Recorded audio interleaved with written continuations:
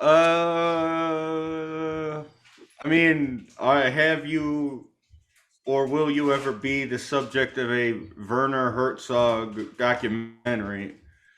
Will be like the solution there. Hello, No. everyone.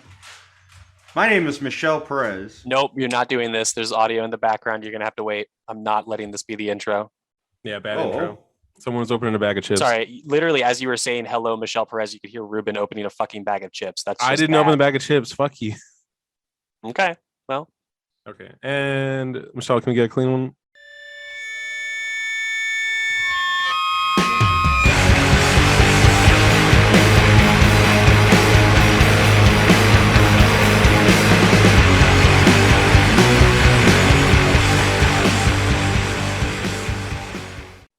hello, everyone. Everyone. That's right, everyone. My name is Michelle Perez. Eliza is out of town and out of commission and will sort of indefinitely be chilling for a moment, as per this episode onward. Uh, you know as much as we do, and we hope Eliza's doing okay in the coming months.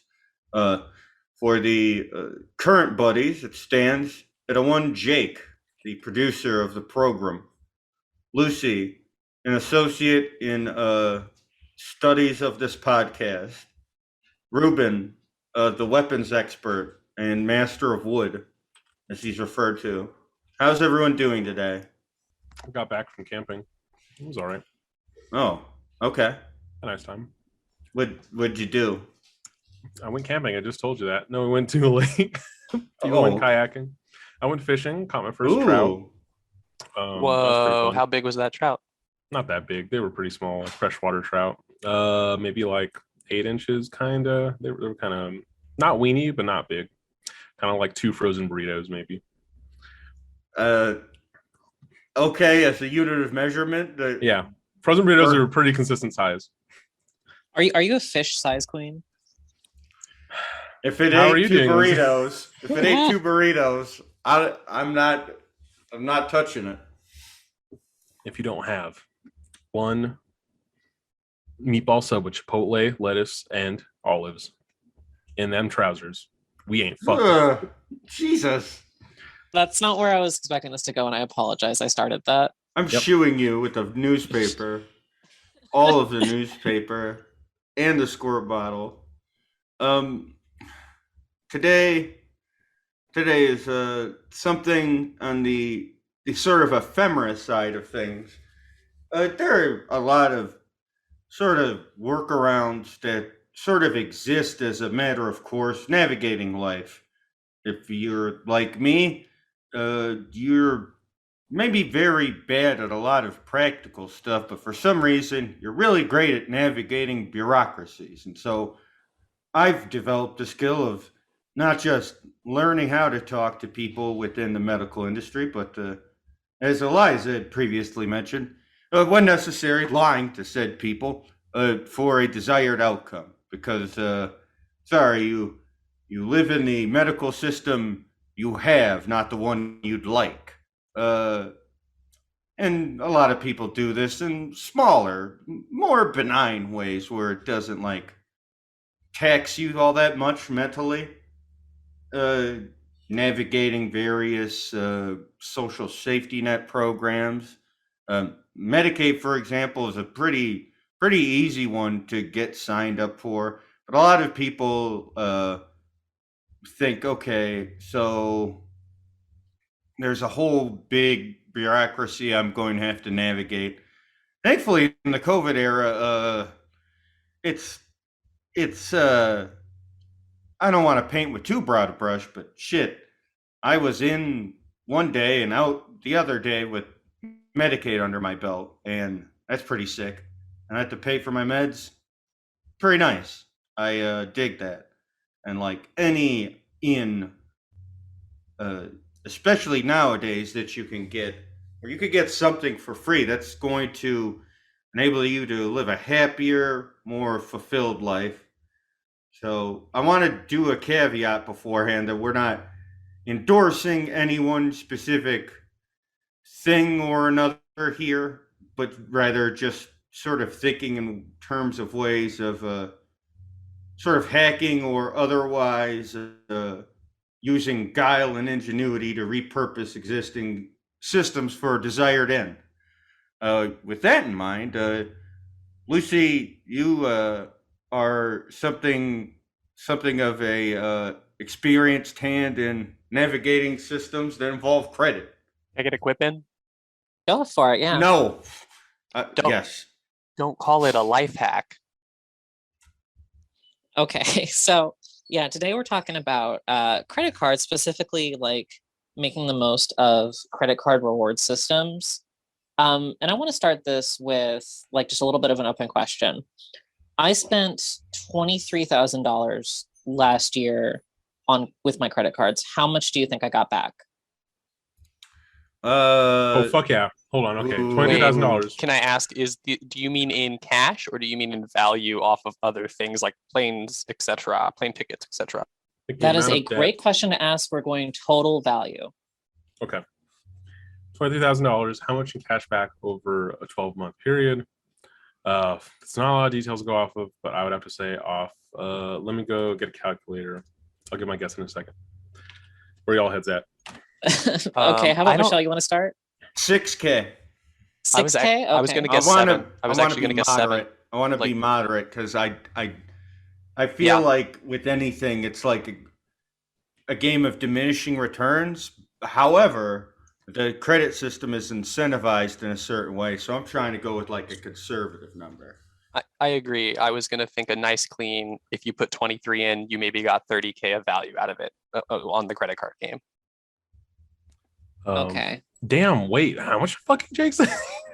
No, that means 7,000, not 30,000 extra dollars. That means Yeah. spending $23,000, you would get something like $7,000, or even maybe less, like $5,000. You got $9,000? Okay, you are all way over, so it's probably good that we temper expectations here. Oh yeah. Yeah, none of us know how this works. We're all bad at it. Okay, so Yes. I got 1,300 back, almost 1,400. So which was Okay. about 6% return on the money. Okay. Nice. I mean, that's good. To be And- clear, like, yeah, that's. I feel like all of our expectations were exceedingly wild, and hearing with the actual number, I'm still like, that's good. I thought you were gonna say some crazy shit like I'm turning a profit on this. I roll the nickels. I make the money, man. So 6% is pretty high, and you're only going to get around that higher if you're like actively chasing rewards. There are some people who this is like a second job to them. But the good thing is that like even for someone who doesn't want to invest a lot of time in it, you can still get a decent amount back. And there's kind of like a whole spectrum of how you can approach this depending on how much time you want to put in on getting money back, which for me, I spent a decent amount of time optimizing how I was spending money to get that much back in. So, and do any of y'all have credit cards that you use? I know Jake does. Yeah, Yeah, I I'll do. just field it first because I only have one. I bank with the Boeing Employee Credit Union. I have a savings account. I have a checking account, and I have a credit card with them. Those are the 3 accounts I have. And I use it very basically. I basically put most of my expenses on the credit card, and then I pay the credit card off with the money in my checking account, etc. That's a very straightforward and good approach. Yeah, I mean, that was the one thing my parents were good at teaching as far as that goes. Like they were like, pay for stuff with the credit card, but don't pay for things that you can't afford. Like pay for things that you have the money for in order to build credit. And then the one reward system that credit card is tied to is like a pretty I think it literally just gives me points per dollar that I spend. And like every 2 years or so, I have like 50,000-ish points, and I can get like I was telling Lucy before the pod started, I have gotten 2 iPads out of that over the last 6 years, maybe 7 years, I don't know. Where every now and then, every like 3-4 years, I can look at my points and I'm like, oh, I can cash in and I can get essentially the lowest. Well, before, so nowadays iPads are a little bit more fucking laptop heavy. Their guts are more expensive. but it used to be that I could get like the low end 64 gig Wi-Fi iPad off of, I mean, frankly, probably more, not like 2 years of credit card spending or something like that, not a lot of, not a great, certainly not a $1,300 return off a year's worth of spending. So that is why, I mean, it's a reward system, but I don't think there's a lot of ways to game it. It's not a very great one. Okay. Michelle, what about you? Oh, I think it's been about like maybe 7 years since I've had a credit card. I had a credit card in the past. I have like maybe one old credit card debt I haven't paid down. It's like $500. That's actually the only debt I have that is in the system, as it were. I have not really messed too much with the credit system. I haven't really owned a car. I've never had a checkbook, which isn't that unusual. No, I try to, as best I can, like just have air quotes as little a paper trail as possible, but it's still, I'm using the same internet you all are and doing the same things everyone else is. So, yeah, that's about as far as it goes. Okay, Ruben, what about you? Oh, yeah, I only do the one combo, which is I have the through Citibank Costco credit card, and then I have the what is it? You buy the like Premier Costco card. It's not the $50 one. That's the basic account. It's $100 like business or Gold Star level, and then both of those have their own form of cash back, and it came out to like $500 or $600 per year roughly. Okay, so for one credit card, that's still pretty good. And I would say that when it comes to just having one, the Costco one's a good one. Oh, yeah. So before I get like too far into this, I should probably put a caveat. I am not qualified to give financial advice. I'm just going to give kind of my opinion and experience with these reward programs. So if you need financial advice, go elsewhere. Yeah. And even then, crypto advice at the end of the day. A lot of air quotes financial advisors bilk a lot of their clients or whatever. You really want to go with someone that's like got a good rate and is spoken of well if you ever air quotes come into money or have to navigate one of those problems. Right. So I would say before you get into credit card reward games at all, you should be on like financially good footing before you even think about this. So that should be your bigger priority. That being said, I have 5 credit cards and I use them all for different purposes. Ooh, I'm so excited to hear this breakdown. I genuinely want 20 minutes on each credit card. I'm kidding. So my first credit card was just like, it was issued by Synchrony, which is a credit card company that usually partners with like retail stores. Like I know Old Navy goes through them, and like one of the cheaper Amazon cards I think is through them. So they're like Babby's first credit card. And I still have that one open because the longer that you have an account open for, the better it reflects on your credit score. So my first bit of advice is even if you get a better credit card, if there's not a fee on it, just keep it. It's only going to help you. And secondarily, like only pay a fee for a credit card if you're getting a good amount out of it. So there's only, out of all my 5 cards, I only pay 1 fee. Yeah, I don't think I've had like 2 credit cards in my life, one from the older bank and then one from the bank I'm with, and I don't think either of them had fees associated. I've never had a credit card notably from like a company, like an Amex or like a what's the other one that you see ads for where all the Vikings are on a bus. Oh my god. Fuck? What's in your wallet? Capital One? Capital One. Yeah. What's in your wallet? Yeah. Not to throw shade, but I think they're kind of like they're pretty mid. C grade credit card company. I assume those companies are more predatory than like practical. I don't want to There are curtail some that off. are much worse than other. Yeah, Want to go ahead, curtail off Ruben. Lucy's advice there of if you want to just keep the card for longevity, although that's a very good idea, you do have to look out in that there is like an inactivity that's roughly around 2 years per credit card. That if you make no purchases, the creditor will close the card for inactivity, and that is a negative mark on your credit score. So either you have to close it if you're not going to manage it, or you need to like make one purchase on the card every 2 years and like dig it out of, you know, your dresser, use it once to pick up gas or something, pay it off, and then leave it again for another couple of years, because you don't want the card to close on itself. That's a good point to bring up. So for example, the credit card that I just keep around for longevity, I have it as like my renewal credit card for like a domain name, I think. So it can be something as small as that. Smart. Yeah, it could be anything. The credit reporting bureaus don't care. Yeah. And another thing I would say is the way I approach credit is majority of the time, unless I'm like doing bad, I just pay off things as they come onto my cards. So like as soon as like things clear through, I just pay it immediately. And that helps me stay on top of it. Another thing I would also stress is that like you don't have to accumulate points just by yourself. So like a lot of my spending, that was my partner who is like my authorized user on most of my cards. He spends with them too. So that way we can have a pool of more points. Does that mean you have like 2 copies of the same credit card as an authorized user? So- or is that like you just handing it off between each other? So he has his own cards. So the way it works is most cards, not all of them, some of them won't let you add authorized users.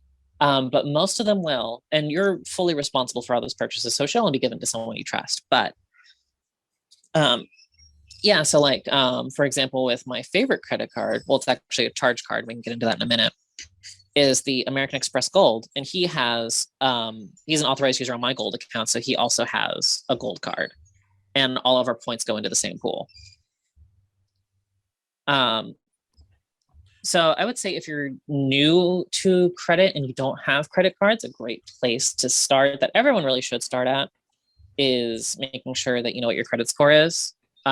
You can learn this for free. You do not ever have to pay money to find out what your credit Do score not is. I pay for credit promise score. you. There is Never, a federal ever. website for free reports. Credit Karma still does free reports for 2 of the bureaus, I believe, not all 3. Don't pay for them. Just look up where are the free sites. They are the right ones. Right. And then like so Credit Karma is one that I use to monitor. I think it's Experian and TransUnion are the ones that it reports on. And then Equifax has their own website where you can get your score for free from them. Yep. Each one has its own limitations. And I think that Credit Karma like harvests some of your data, but it's like the same company that owns TurboTax. So they just kind of, their business model is harvesting financial data, I'm pretty sure. Hold on one second. Oh, well, I'll get into that. There was something about authorized users I wanted to clarify. So when you have a credit card, Lucy opened the credit card and then puts me as an authorized user. Lucy is responsible for all debt. So if I use the card as an authorized user, put $500 on it, run away, Lucy is on the hook for that bill. But the credit score is also only Lucy's. Although it appears on my credit report when I'm an authorized user, the minute you are not an authorized user on a card by being removed from it, sometimes when people close on a house, they have to remove authorized users because they don't want their kids or whatever running up a bill.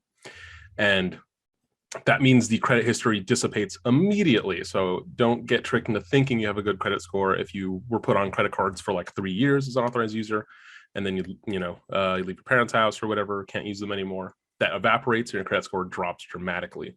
So just ignore those for credit purposes. You need to establish your own accounts, yada, yada, etc. That's a great point to make. So like, for example, my partner has never had any credit history of his own. It's all mine. So eventually I want him to like get his own card so he can like build that independent of me. And also like maybe get some referral bucks off of him, you know? Which if you want to really maximize things, getting referrals is also a great way to do it. There is an upper limit to how much you can realistically gain with all of this. And I do want to set that expectation as well. So whenever you go for like your first credit card, I recommend going something for that's like a little bit on the smaller side. So generally you will have a few lenders that are a little bit more open to giving people their first card. So Synchrony, for example, is one of the ones where I got my first unsecured credit card. So a lot of people for their beginner card, they get a secured card, which is when you put in, you'll send them like $200, $500, and they hold on to that as like kind of a guarantee against your card. And then whenever you close it or you graduate to like a unsecured card, they give you that deposit back. So if you don't have a credit history or your credit history isn't good enough to get an unsecured card, secured card's a great place to start. And I'll just jump in here real quick. About 8 years ago, I opened my first secured card through Bank of America. Usually international brands will be looser with secured cards. So although I put 100 down, they gave me a 500 limit. And as long as I never got a late, if you ever got like a late or something like that, then they might pay your balance towards that. If it went to a collection, like they'll keep it. But they effectively say, after 1 year, we give you the 100 back, and then the card's just open, and then it starts to increase in size over time, usually, or things like that. Yeah, that's a good point. Another thing I do want to mention is generally you aren't going to get any rewards with a secured card, with the exception, unless there's more now, of the Discover secured card. I think that's the only one that gives any rewards presently. So if you want to get a secured card, but you still want to get some rewards while you're waiting to build up that history, I think the Discover secured is a pretty good one. I almost considered getting it before I got an unsecured card instead, but that was like kind of the path I was going. So am I right in summarizing that an unsecured credit card usually yields more rewards from some kind of program that they have associated with it? Almost always, any card that is going to have any worthwhile rewards is not going to be a secured card, because the secured ones are kind of like training wheels, which is fine. You got to start somewhere. But usually, like once you get past that hump of getting the first card is whenever you can get into the more interesting stuff. So this is, and you talked about this a little bit before, but these would be kind of like the cards you get offers for in the mail, right? Am I correct in assuming that? So not always. So for example, the Synchrony card I got like through an app. So it was the Venmo card, and they just like offered it to me through that app. And there's some other like kind of starter cards that go that route too. So for example, Apple's own credit card, they offer through their app as well. So it's not like something that they mail out. And I would say the majority of good offers that I've gotten have not been through mail at all. Usually the ones that I get in the mail are absolute dog shit. Yeah, I mean, I don't think I've ever taken one seriously for what that's worth. Like they always go straight to the recycling. Right. So I would say for the people looking for the best rewards, you're going to have to hunt them out a little. There are websites that aggregate which ones are kind of the best deal, but you definitely have to do a little bit of footwork if you want to get the most out of it. So like, for example, I got a credit card offer, or my husband got a credit card offer today, and it is from Chase. It is the Disney Rewards credit card. Oh, hell yeah. For all our Disney heads on the podcast. So I'm gonna go through this and kind of just give an illustration of what a bad credit card offer looks like. Yes. Personally, I dislike Chase, but I'm gonna be fair to them here. So first thing that I see when I open up this letter, annual fee of $50. Ooh. Right. So whenever you get a card with an annual fee, you want it to be worth whatever you put in. Like you want to be at least able to get that much out of it. What do you think that the rewards for a $50 a year fee card would look like? Like what would make that worth it to you? I mean, for me, I fly, so maybe some sort of reward points going towards airfare or like tickets. I don't know, what do you call them, like frequent flyer miles, some sort of equivalent for that. I don't know, like something where it's going to definitely dampen travel costs. For me, I could value that in a card. Yeah, I'm curious. So you would be paying $50 a year to use the credit card. I would say that for me, I would at least want it's like more than $50 back, like on in terms of rewards. I think that's a very reasonable request. But I am curious as to what those rewards tend to look like. I'm sure we'll get into that as well. I would follow Jake on that and just be like, maybe quadruple that. Like, I want to get 200 out of the card based on fucking great. That'd be great. Guessing I would on say what would go through 100. Even I'd be happy if that's the fee for it. But I Like think a lot of I feel like a noob because like my only credit card is through a credit union, and I only have it because I have a checking account with them, so I don't have like a fee on that thing like that. I'm not as familiar. Hmm. So let me tell you what the rewards for on this. So you get a $300 statement credit if you spend $1,000 in 3 months, but that's a one-time thing. No. Oh, so that's just they give you 300 back if you spend 1,000. Yeah, so that's a Okay, one-time that's thing, and sure. then like you have to 700 bucks. subtract your $50. But the regular reward earning potential of this one is not great either. So you get 2% back in Disney rewards dollars. Not even just Oh, cash you can spend shit. anywhere. Oh, I bet it's It's- Disney script.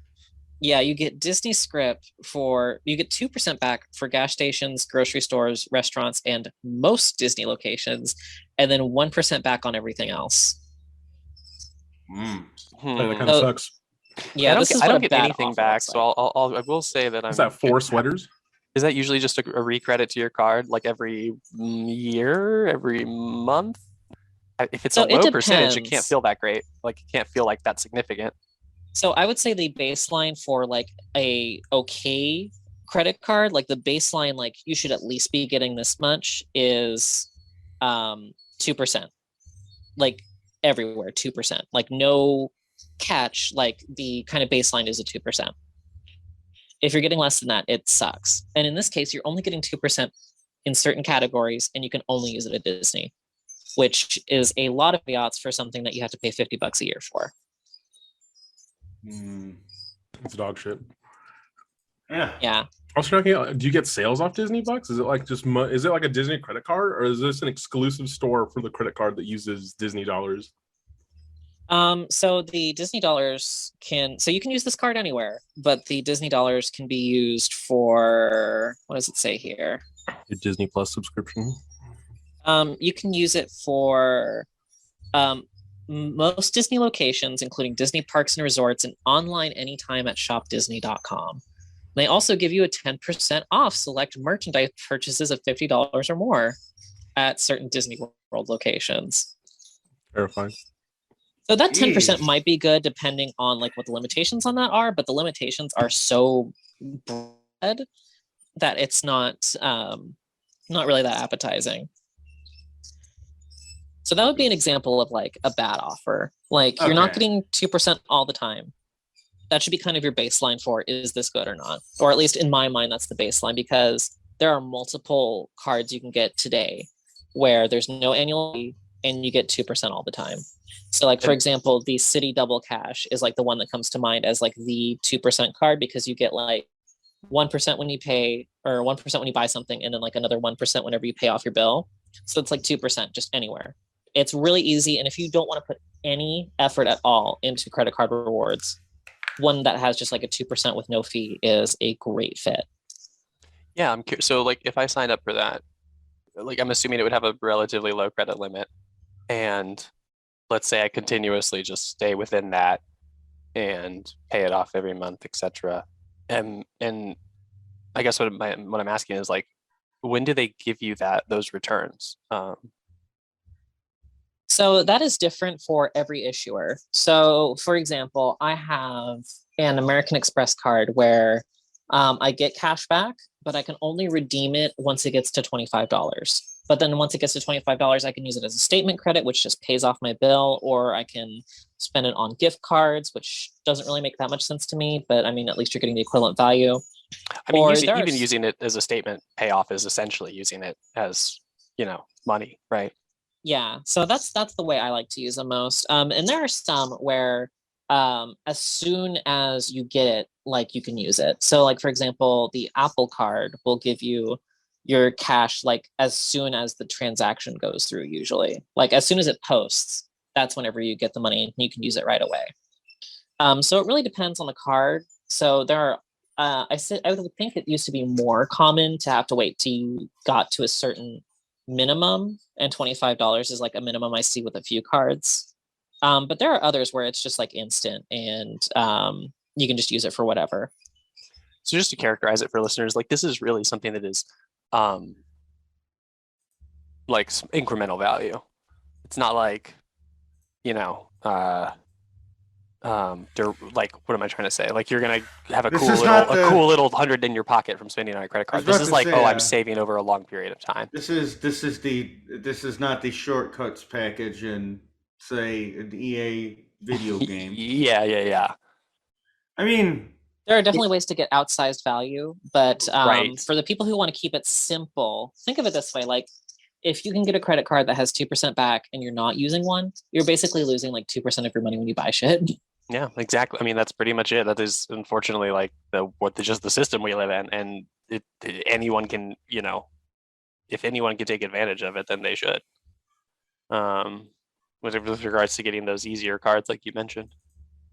Yeah, so I would say like 2% for the folks who just do not want to think about it at all and don't want to have 5 credit cards like me. 2% is the way to go. You're going to get that somewhat easily. And to kind of follow up on your question about the credit limit, that's also going to depend on your credit history, income, and how long you've been with that issuer. So, for example, I had like my first credit card limit was only $250. It can Oh, start okay, really wow. small. Yeah, But that's you not a can lot always, to work but with on a credit card anyway. yeah, so you might start as small as $200, Mhm. but over time you'll be able to get higher limits. So like that card is now at 1,000, and I didn't even ask them for a limit increase; they just did it by themselves. Yeah, I've had that happen with my card as well. I think as long as you pay it off and you never have a lot of debt, it will happen automatically. It's usually a pretty automated thing.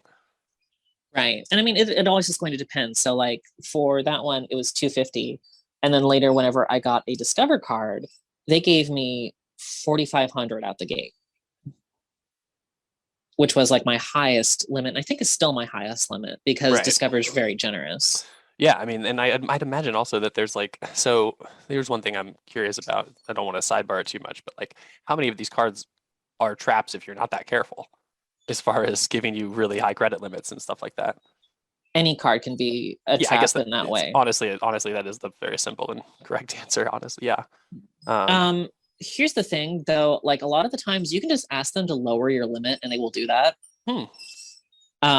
You can ask credit card companies to just do things and sometimes they will say yes. Right. So There you is can that ask level. them for a limit and they might say yes. You can ask them to decrease it and oftentimes they'll do that for you. Or in certain scenarios where you have multiple cards from the same issuer and you might want to change the how much limit you have across each card, sometimes they'll do that for you. All you have to do is really just ask. And you'd be surprised what you can get by just asking. Right. I mean, having worked in customer service, I can definitely attest to that. Like, if you come to a lot of those people that you'll have to talk to get that kind of stuff done with a very clean intent and with relatively kind language, like it's not impossible for them to just type in whatever, type in a lower credit limit for you and hit enter. Right. And I mean, there's also another concept that like the credit card nerds have developed called like hang up and call back. So like Oh, if you wow. call in and you don't get exactly what you want, just hang Yeah. up and call back and Right. get someone else and see if they'll do it for you. Yeah, you'll get someone possibly in another country even Yeah. than the one you previously talked to be clear. They'll all be in different countries. But yeah, I do know that there's like a lot of people that like you kind of brought up the credit card. You said credit card people had developed this kind of thing. How close do you hover around that as a person who, even pitched us this episode? Are there who are the people you look at that go and you go, oh my God, these people are taking it too far? What is like, oh my God, these people are a little nuts. So the credit card community that I observe the most is actually on Reddit. Okay. Because I feel like they tend to aggregate some of the better deals and also tend to share the most tips that I find helpful because they are hyper focused on that specific thing on these subforums. Mm-hmm. So like there will be like there's the American Express subreddit itself has been really helpful because they will point out, hey, this is a new high for a points bonus, or here's an offer I got on my card, or oftentimes they'll share things that they call them data points. So whenever they have to interact with the card issuer in some way that's advantageous or disadvantageous, they'll share it with other people so they can try to get similar outcomes. So for example, a lot of people will ask for a retention offer yearly on their credit cards. And the idea is you're asking the credit card company, hey, I'm thinking about closing my account. Can you sweeten the deal for me? and they'll share what they got in exchange. Yeah. Oh, and then that becomes the new baseline for. Right. So the Yeah. idea is that you share what you can get, so that way other people can get the same outcome or better. Yeah, and then eventually someone else gets a better outcome, and then they share it. And Yeah. then, So the idea and is that so on and so everyone's forth. trying to help each other out, because sharing all of this data makes it easier for everyone to get these deals. Again, this is for the higher echelon, like actually Yeah. putting time and effort into it. I mean, it is an extreme. I mean, that is how many Reddit communities can that be said of, right? Like, it's Right. a lot. It's a lot of nerds putting their heads together on something. So cashback's the most straightforward rewards mechanism, but there are also point systems, which I think are where you get a lot of the more outsized returns for your money. That's what it So- seems like. Yeah, talk a little bit about that. Right. So if you want to get like very, very, very good rewards for the money that you put in, like you're mostly going to get 2-3% with cashback cards, maybe a little bit more if it's for certain categories. So like, for example, the Discover card, they give you like 5% in a rotating category every quarter. Mm. So like right now I'm getting 5% back on Target and gas stations. Oh, okay. So it has to be. Yeah, I was about to say, how do they pick a category, or they'd have to partner with Target on that or something almost, right? Like, Right. And I mean, Um, a lot of times the categories will be broad. Like, for example, my American Express, the categories on it are restaurants and grocery stores. mm, And each one's going to have caveats. So, for example, the Discover card, for those 5% categories, you can only get up to 75% in bonus cash back in those categories. interesting. But where the real rewards are is in the travel cards. Yeah. So- that's yeah. The two main systems that people try to get those rewards in, and this is where like the subreddits and blogs become in handy because they've done the research for you, hmm are like Chase and American Express. Okay. And those are the main ones where you're getting like those outsized rewards, and each one has their own travel partners. So for example, American Express partners with Delta domestically, and then you can also transfer points to like Virgin Atlantic and Yes. I forget the name of the Mexican airline that I'm thinking of, but like they have a ton of travel partners. Uh-huh. And the idea is that you accumulate points in order to try to maximize how many cents per point you're getting a reward for. How many what per point? Say again. Cents per point. Oh, literal cents on the dollar. Okay. Yeah. So like kind of the baseline for American Express, for example, there are different valuations. Right. What's considered like a baseline good redemption for points would be 1 cent per point on the more pessimistic end, and 2 Mhm. cents per point by some of the bigger players that are really into the point system. Interesting. But for points redemptions that I've considered, it can get as high as like 7 cents per point or higher. But those are ones that you really have to hunt for. And when you say the points, it's like, are these are the ones that are only going towards airlines, right? Right. As far as the dollar value you're getting on like a ticket or something like that. Yeah. So Okay, with okay. American Express and Chase, their points, like they're banked into your account, Right. and you can transfer them out whenever you want to use them. You can also use them directly with American Express and Chase. So like, for example, American Express has a point shop that you can use if you want to, but the real good returns are in the airline tickets where you're getting a really good value. Okay. Yeah, I've seen. So actually, the little credit card reward system I have is a point shop. It's not. I have no idea what the value. I know that every dollar I spend is a point, as you probably mentioned, but like, I don't. I would have to calculate the point value. It's not good. It's pretty abysmal. Compared Right. to So like that the might be a products you're case where getting. like a 2% card might be actually a better fit for you. Right. Exactly. Yeah. Because then I'd be actually probably using that a lot more efficiently. Yeah. So the points, you really have to put a lot more effort in. And then there are folks who go above and beyond, and they get cards in a certain order in order to maximize their points. So that would be like people who Yeah. So whenever you apply for credit cards, the approval terms are going to be different for each one. So for example, there's a rule with Chase where they won't approve you if you've gotten a certain amount of new cards within 24 months. So I think it's 4 within 24. And if you're over that, they won't approve you for another one. And through those data points, the researchers online have kind of determined where those limits are. And another example is I think American Express, they won't let you have more than like 5 credit cards open at a time, but that rule's kind of different depending on the type of card and whether it's business cards or not. Sure. And the folks who do business credit cards to get points are like on a whole nother level as well. Yeah. Wait, to be clear, would that be like, what am I trying to ask here? Would those people already have businesses, or would they be like starting LLCs just to get credit cards? So the thing is you don't even have to start an LLC to get the seems- business credit.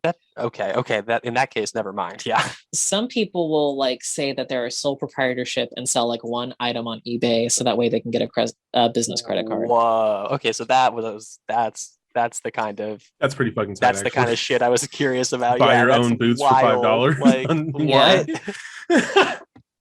Yeah, That's I'm a kind of the whole business. thing, is that like people will go through a ton of loopholes and really put a lot of effort and research into getting these points. So with the thing I was talking about earlier with like going a certain path, people will start with like Chase credit cards, for example, in order to get all of the sign up bonuses for the different Chase cards before they move on to another system. So that way they can get it in the most efficient way possible with the most points possible. So that's kind of like the upper, like well above me tier. Whereas So those like people would almost have their whole year planned out in terms of which cards they would be using with. Is that right? sometimes even multiple years out. Usually not more than 2, but some people will have a plan like That's that where they pretty plan fucking to wild. acquire cards in a certain order in order to chain sign up bonuses in the most advantageous way. But these are the people who are getting like flights on Emirates. Well, that's the thing I'm curious about is like what like these average credit card users, are they already like, do you imagine these people are already have a good income to where they're really just addicted to the min-maxing value of it? Like if they're getting these Emirate flights? It really depends. So for me, like my yearly income is like I think 26,000. So it's not a whole lot. But I combine my purchasing with my husband's purchasing, which is also a similar income, in order to kind of be able to play the game. Right. But kind of like regardless of income level, unless you have like extremely low income, you're still able to get some value. Right. To be clear, I was curious more about like the upper end kind of people you were talking about. Like I wonder. I would say lower middle don't class even know. people are fully capable of taking advantage of some of the more advantageous ones. It really just depends. So like a lot of the order stuff, that's not necessarily about the card itself so much as getting like a particularly good sign up bonus, because that's going to be the big incentive. So a lot of people, they'll do a thing where like they get a sign up bonus for a no fee credit card first. So that way that one can be like a long-term one that they build history with. And then they'll get another card from the same issuer that has like a yearly fee, but maybe the first year's free. And then they'll do a downgrade whenever that yearly fee comes up. So that way they don't have to eat that money, but they still get the points. Oh, so that's really just playing by the rules, but being very astute about what you do when, right? Yeah, so a lot of it's planning when it gets to the upper levels of redeeming flights and stuff. But there's also like, I would say if you're middle class or higher, certain point cards are just going to make sense with your spending and be a lot less difficult to use. So like middle income, I would say like, for example, the American Express Gold card, the big categories are like you get 4 times points on restaurants and grocery shopping. So if those are your main spending categories, which for a lot of people they are, that would be like a pretty straightforward card for middle income, like professionals that want to just have the points and also be able to get flights, but they don't want to put that much effort into it. So there's like really a large spectrum of rewards for how much effort you want to put in. I'm actually looking, I just out of curiosity went to the American Express website as you were talking about it. I didn't know they did savings accounts. American Express does everything yeah, nowadays, yeah. but that's because like they're their own bank instead of just being a card Oh, issuer. sure. I guess they are their own bank. For some reason, I didn't realize American Express was its own bank. I thought it was just a card issuer. That is totally my bad. It's also the same with Discover, but that's because they have a different model than Visa and MasterCard. Well, I know that the thing is like, oh, we don't take Discover. I've seen that, and Amex, frankly, at a few places too. I know that has more to do with fees on the restaurant side or on the business side. But do you ever run into that with credit cards? I guess that is a good question, honestly. Like if you're on, you said you had multiple credit cards. Do you ever have to cover something with like do you plan out? Sorry, what am I trying to say? Do you have like a Discover, a American Express, a Visa, etc.? So kind of just for fun, and I realize this is a weird thing to do for fun, I decided to get one of each. So I have a Visa, a MasterCard, an American Express, and Discover. You can assemble the Captain Planet of credit.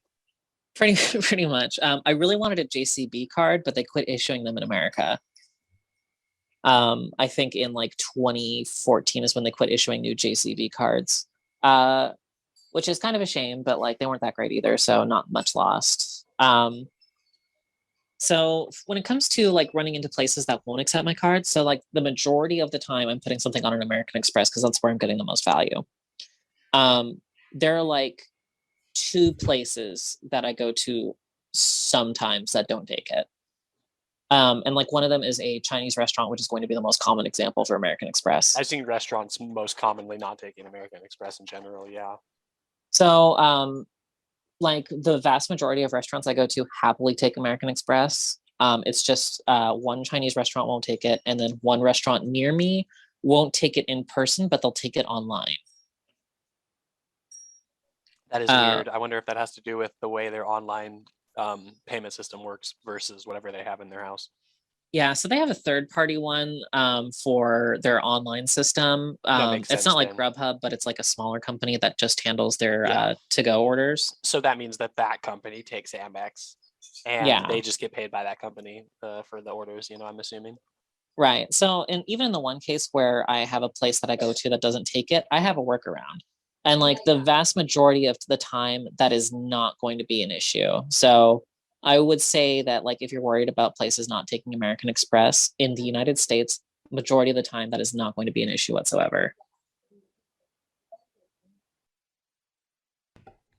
I'm looking at some of these cards. Those you really know your stuff. I just looked at the gold card, talking about the 4x points at restaurants and supermarkets. The blue cash preferred card is something I'm looking at now that says 6% cash back. Oh, the blue cash preferred is also a great card. So that one does have an annual fee, but like if you do the math right, you can get ahead of that. So that's 6% cash back at grocery stores. But there are always caveats with these things. So there's a limit to how much cash back you can get. And I think it's up to 6K. 6K, that's right.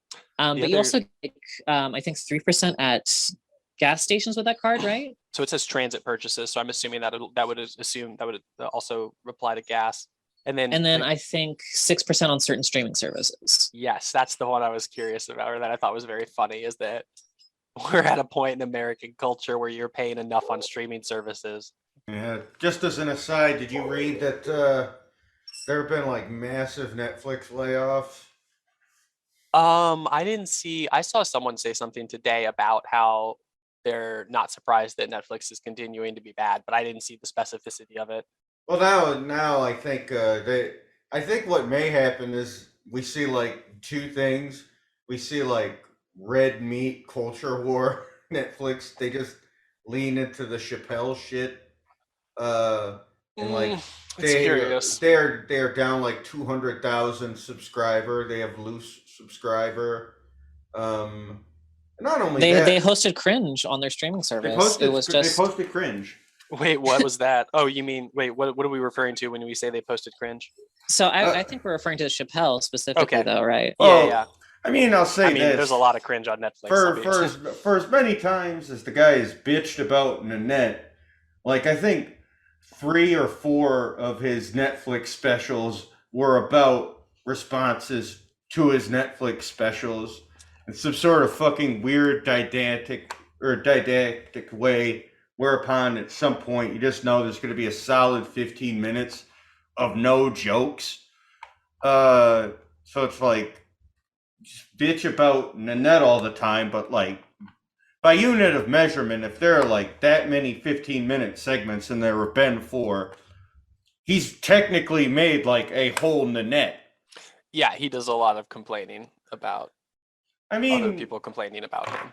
yeah, but like any of Netflix these in streaming general- services, like they don't have that problem. Well, Netflix is different than most of the streaming services, right? Netflix, like, so here's the thing. What are the other streaming services that are big? There's Hulu, owned by Disney. There's Disney Plus, owned Also by owned by Disney. Disney. Yeah. There's Amazon, owned by Amazon. What's Netflix owned by? Netflix. It's like they've been the same fucking company forever. I They've been think getting they're money still- Well, their whole forever. profit, their whole mode of operation is based on the assumption that someday they will get like a monopoly or near monopoly on Yes. streaming, Yeah. and they have borrowed a lot of Yep. money to like just pour into content. Yep. But now that like the Fed is raising rates on loans or just raising interest rates, which is going to translate to higher rates on loans, since they basically can't get free money anymore from the banks, Yep. they have to tighten up on the production that they do. So they can't acquire a lot of new content like they have in the previous years. Yeah, And not much- just that. not to just tie that. it not to tie it to credit cards, but Netflix has literally been operating on other people's money and not generating a profit for the entire time. I mean, Lord a knows. lot You know of- what? I should be clear. Maybe they made a profit when all they did was send DVDs to people. But once they entered streaming, that completely different business model. I mean, God, it's just lost leader shit. Honestly, it's literally Well, it's what Amazon did Re- to great success, and now it's and now structuring Netflix wants to itself. emulate it. It like any other company that like structures itself around its credit and it moving at a downward arc. The idea is to like just keep putting this out to a certain point until a bigger fish or several fishes like just draw and quarter it and just buy off everything they can. Like the only other thing with like debts being leveraged in this large of a way was like literally something I was kind of checking on as we were doing this, which is like Musk apparently is going to be forced to keep moving forward with the acquisition of Twitter. Apparently, if he backs out of it, the price tag is $1 billion. So like, Yeah, he has a $1 billion kill fee on that deal, which isn't like totally unusual. But that's because he's like kind of running the show and they can't really entertain other serious offers while that's going on, I think. Yeah. yeah, Well, it's he also just- did that. He also did his whole bots thing, which I saw speculated was like him trying to put a wrench in the deal in the first place, or at least get a renegotiation on his price.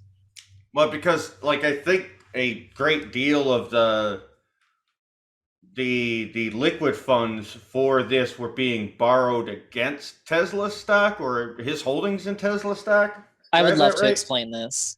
Yeah, go for So Please do. naturally, Elon Musk does not have the $40 billion, $44 billion on hand to buy Twitter right now. We all know this. He's known for being the richest guy because like he has a substantial amount of non-liquid money, but even then, like all of these guys in this bracket, the liquid money far exceeds in pocket money. I'm sorry, but go ahead.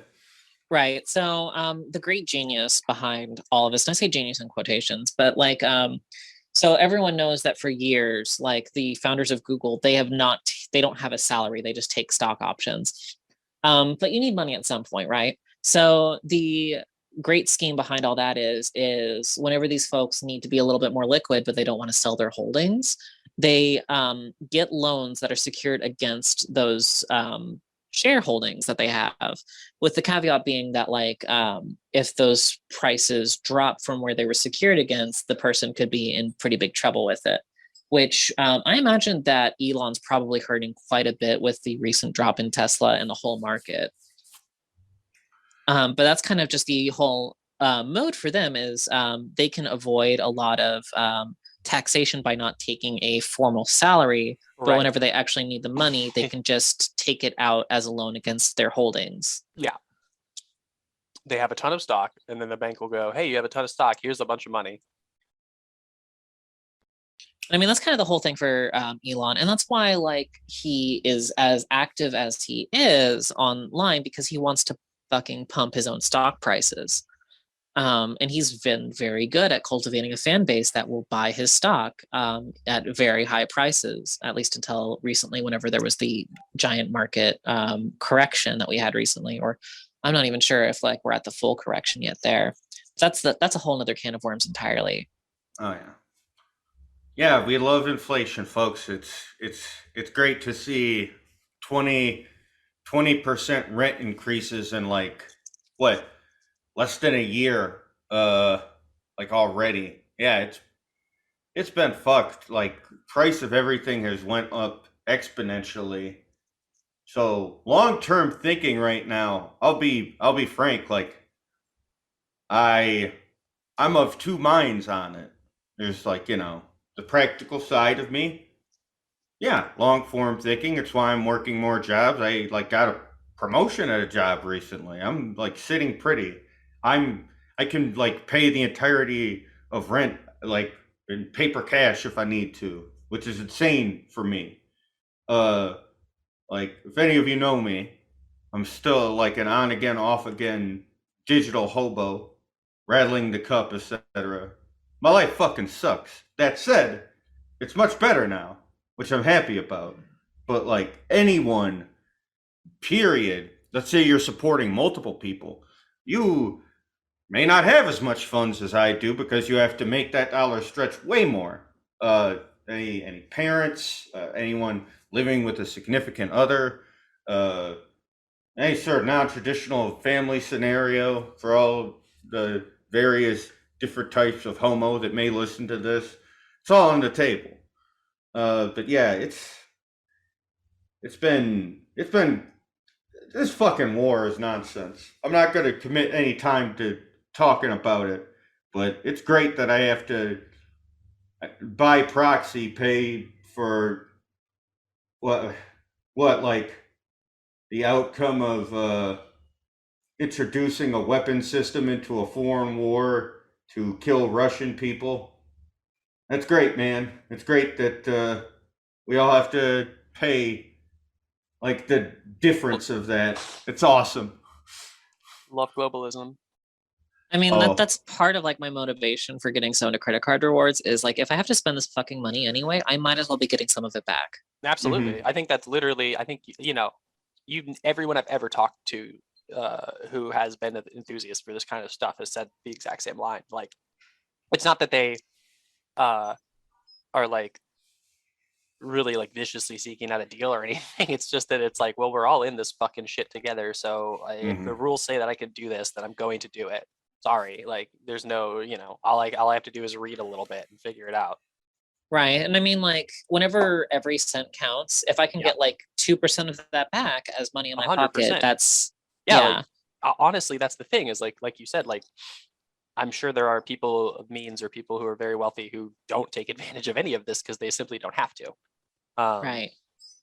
So there's like, yeah, it really does have that dollar stretching motivation of yeah. or so value I would motivation. say if you're in a financial position where you can have a credit card, making sure that you're getting one where you're getting the most out of it, so that way you can have some more of your own money to keep, is always a great motivator.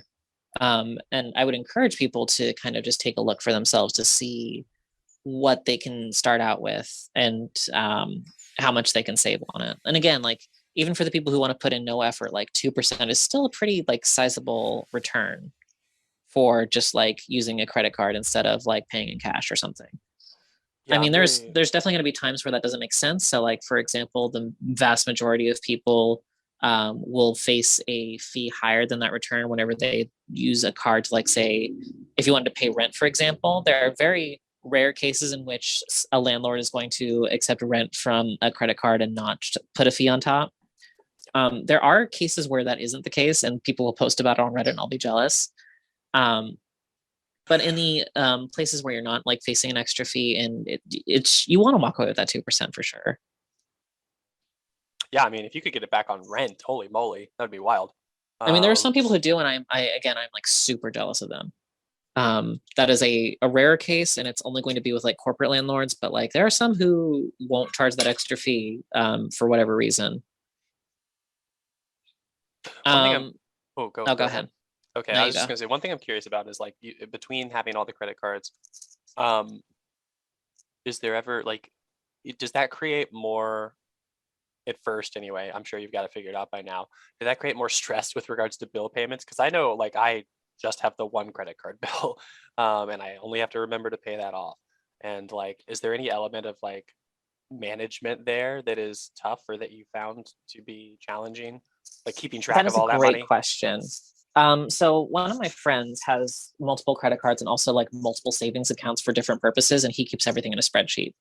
For a lot of people, like a spreadsheet or like a dedicated app that keeps track of that spending is a great way to keep track of it and still have multiple without it being a big deal. And there are some people who just like set up every card for auto pay because they don't have to think about it. And I'm God bless them. Right. That's That would definitely not assume me. you're very wealthy in the first place, presumably, Right. right? Or you just typically spend under your budget anyway. Right. Yeah. Or you're very frugal. Yeah. Who's to say? Yeah. There are some people who use like just that, like they set it to auto pay because they know they're going to pay it anyway. Or there are folks who manage it on a spreadsheet, like my friend. Or like I think the most popular app for keeping track of this is called Mint. I have And flirted with Mint in the past, but my shit is so simple that I can just look at my bank and figure it out. for me, I am a crazy person, and I just instinctively know how much I have in my bank account and on all of my cards at once. So I know. that rules. Yeah. Basically every morning I look at like all of my numbers and I just go from there because I just can internalize it. Oh, so that is something I was curious. So that is a practice you have though, right? Is that something that's part of your like your habit? Yeah, is like I want to know what each number is so that way I can keep track of them all. Yeah, for sure. And to be fair, I also use other advantages of credit cards that aren't just the rewards points either. And I'd like to talk a little bit about those as well. Absolutely. So one of the other things about credit cards is that each one will come with some perks that are not monetary. Well, not each one, but a lot of them will. So like, for example, my first credit card, even though it wasn't a particularly good one, it has like a towing service that you can call and use. And other ones will insure like a rental car. That used to be a little bit more common, but it's not as much anymore. There are others where like they won't charge you a foreign transaction fee at all. That's becoming a lot more common as well. There are some where you will get advanced concert tickets. That's a big one for me. So like, for example, American Express, I got advance tickets to Elton fucking John's last show. And that's the only way I got those very tickets. Cool. That is pretty sweet. And like that ended up being like my mother-in-law's Christmas present as those Elton John tickets. And I would not have gotten those if there wasn't an American Express offer to get like first dibs. I would say American Express is very good if you want Broadway tickets as well. So like if I wanted to go see Hamilton, which I do not ever, but if I wanted to, I could get tickets through American. Probably easier to do that than getting them any other way. What I know. Right. So if you really like having pre-sale concert tickets, City and American Express are where it's at. Like I remember Churches recently came by and they were pre-sale through City, and I was like, I don't have a City card. This is bullshit. I need to get one. Interesting. So I'm assuming a lot of those are deals that are made with the event companies like Live Nation or such. Yeah. So for example, American Express is the official card of like Ticketmaster. There it is. Yep. A lot of times with offers like that, you will have to use your branded card though. It's not good enough just to be a holder. So Right. like whenever I got the Elton John ones, I had to use my American Express card. Oh yeah, I'd imagine that. I mean, that just makes sense, right? At a certain point, right? Yeah. So I had to put it on one of my Amexes. So that made sense. Another one is that like sometimes certain cards will have like offers that are like an additional discount. And this is going to vary from company to company as well. So like, for example, my American Express Gold card had a deal where you would get a certain percent back on top of points for Starbucks card reloads. I just want to. You say you're going to get a certain percent back on top? Yeah. So in addition to getting points, they also like reimbursed me a little bit for getting a Starbucks card reloaded. Okay. Or a lot of the higher fee cards, they'll include additional sweeteners. So like with my gold card, I get So the fee is $250. I get $240 every year in credits for stuff.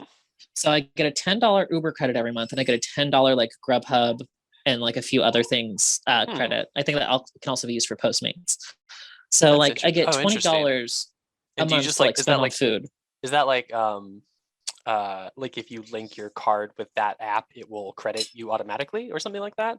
So for Uber, you have to link it with your app, but then you get like $10 in Uber cash every month. Yeah, that's For what I the assume. Grubhub one, you have to like opt into it on the American Express website, but that's like one click. Right. And then like it just knows whenever you've spent it and reimburses you later. Huh, that's pretty cool. So, and like the cool thing is that I can use that for pickup too. So I will literally just like use the $10 credit to go get myself lunch one day out of the week. Yeah, absolutely. Because I'm going to be using those apps anyway. I might as well knock out the fee for my credit card by getting credits for them anyway, because I'm already spending that money. I used to get delivery a lot more whenever I worked a certain job where I couldn't like physically leave the premises. Right. And that's when I got the gold card, but I still get delivery often enough that it makes sense to just have it for the credits. And then you also get like the fucking 4 times points. So it really works out that way. I also, whenever I first signed up for this card, they gave you like a $200 statement credit to Home Depot too. So like that, just in credits alone, I got like 440, I think, that first year. And that was for like a $250 fee, which that works out very cleanly. Right. You put up the $250 up front, but then you're getting all these different bonuses that are essentially just racking up that. Yeah, and like clean, because you said, I mean, you got 240 in those credits plus a Home Depot credit, so it's like more than $400 in credit. Yeah, and I mean, like depending on the card, you're going to get perks like that, but in different ways. So a lot of hotel chain cards, for example, some of the ones that have like an annual fee, they'll give you like a free night that's worth that annual fee. So like if you're going to be in a hotel every year anyway, you might have it. So it's things like that where you like get stuff on top of it, and then like if you use a card in such a way that like the annual fee is negated by your normal spending, that's always a good thing to aim for. And then there are other material benefits that you can get as well. So another thing that I can think of is like I want to say this is also my Amex. So I get like a car rental benefit. Like if I'm abroad and I rent a car, I get like secondary insurance, or depending on how high of a fee card you get on some of the higher tier ones. So like the American Express Platinum, you get like a concierge that you can call, and they will like buy concert tickets for you, or get a reservation at a restaurant that might not typically take reservations or say they're out. Because they have relationships with the folks that are at those restaurants. So you'll see a lot of stories on the Amex subreddit, not so much these days, but you still see them where like someone got a reservation through the concierge. Oh my God, I just realized, are there multiple subreddits for different credit cards brands? Absolutely. Oh my God. It's just like, I was thinking of just one subreddit, but no, of course not. That's and then like the wild. Platinum card, you also get like airport lounge access. And that's like for people who have to do business travel, that's why they get those cards, because they get to be in a nice lounge and drink cocktails while they wait for their flight. Because that's like a material benefit that's worth to some people the like $700 annual fee that they pay. I mean, that's definitely like more of a high roller thing, but like if you're making that much money because you have to be the sort of person who goes on business trips, one of those travel cards where you get the lounge access is like very. Oh, those are cool as heck. Yeah, my dad is definitely got the Delta, like, because we grew up in Atlanta, so it was a Delta hub. And so he's been an Amex Delta guy since I was a kid. Like I always know that he's got a bunch of miles racked up, and whenever I get to travel with him, he'll drag us to the lounges usually, which is like usually it is pretty freaking cool. Like if you have to show up early to the airport, that's the place to be, most certainly.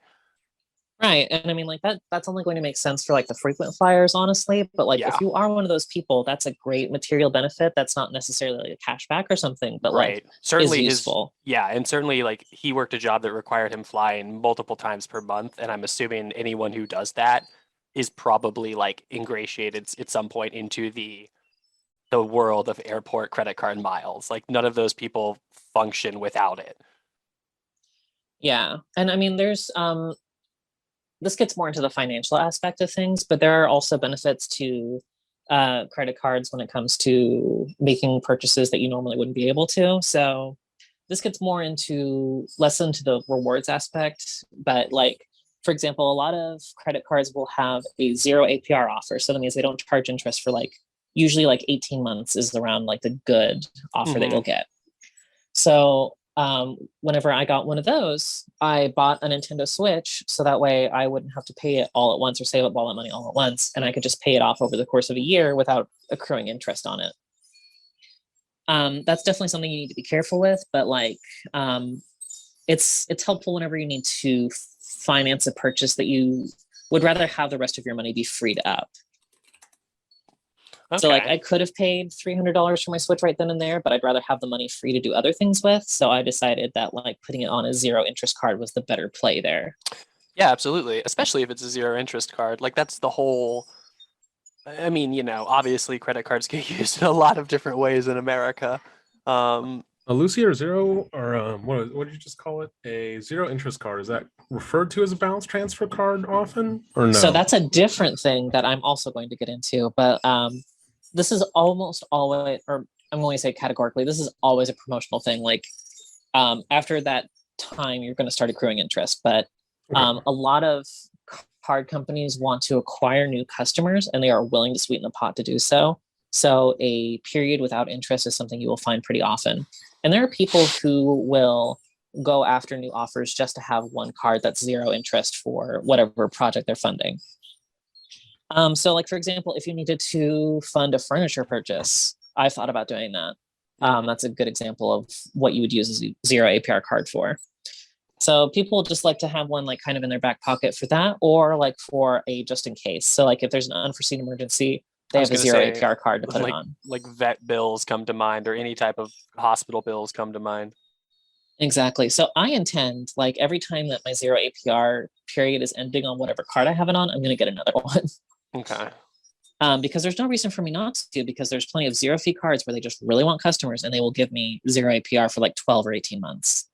And I feel like it would be silly for me not to have that ready in case I need it. Right. And also like they're not punishing you for not using that card for any amount of time. Exactly. So like there's plenty where it's like 0 fee, but you still get that like deal sweetener of 0 APR for a while. And I find that pretty useful. So like as aforementioned with the Switch, like I probably would not have bought it even though I did have the money for it. So it made it a little bit easier to do that. Now, getting back to what Ruben was saying, there's also balance transfer cards. So whenever you carry a balance on a credit card, maybe you don't want to pay the interest rate on that particular credit card. Right. Yeah. That's where a balance transfer comes in handy. And you'll often see credit cards offered where they have a 0 APR as well as a 0 APR balance transfer. So that's whenever you take the balance of one card and you put it on another. And that would be like, to illustrate that narratively, let's say it would be like, I have this credit card. I've put X amount of dollars on it. Now, because I have had this credit card for 12 months, I'm suddenly going to start paying more money on this X amount of dollars. So instead, what I'm going to do is put it on a fresh credit card. Right, that's the idea. And I apologize if you can hear the child screaming in the background here. Oh, no. Okay. So yeah, that's a great example. So like if one card is ending that 0 interest period, I could balance transfer it to another credit card and not have to pay interest on that balance. So I was going to ask, there's no credit cards that like, there's no companies that would like prevent you from doing that or like lock you and say like, no, you have to pay this interest rate. There are some card company.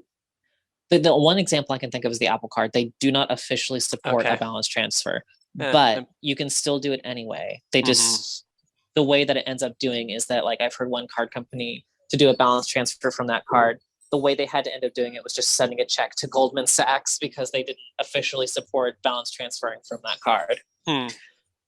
So this always does come with a caveat. Usually you'll pay like a fee of 3% on whatever balance you transfer is like kind of common. It can be higher, but that's like for most of the offers that I get like a 3% fee on the transferred balance. So you have to kind of work out in your mind if that's going to work out better than what you were planning on paying.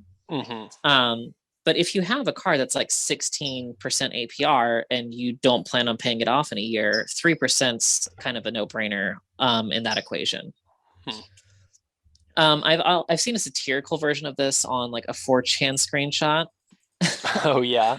Where this guy is like, you should be debt maxing right now. Just Yes, balance let's go. transfer. Let's fucking go. Let's fucking go. Die with $1 million in debt. Let's go. Yeah, take a bunch of debt out, max every credit card. Whenever you max out a credit card, just balance transfer to another credit card and do this forever. Literally infinite free. I mean, Do I don't know not if do any, this, but like the function of what this person's describing is kind of possible. do any of you three recall? You can't take it out of your life insurance. It's not going to be in your state. If you give life insurance directly to another individual, they can't do it. Do any of you three This is a great idea. recall the C-Lab 2021 television show? Yes. I have seen very little of it.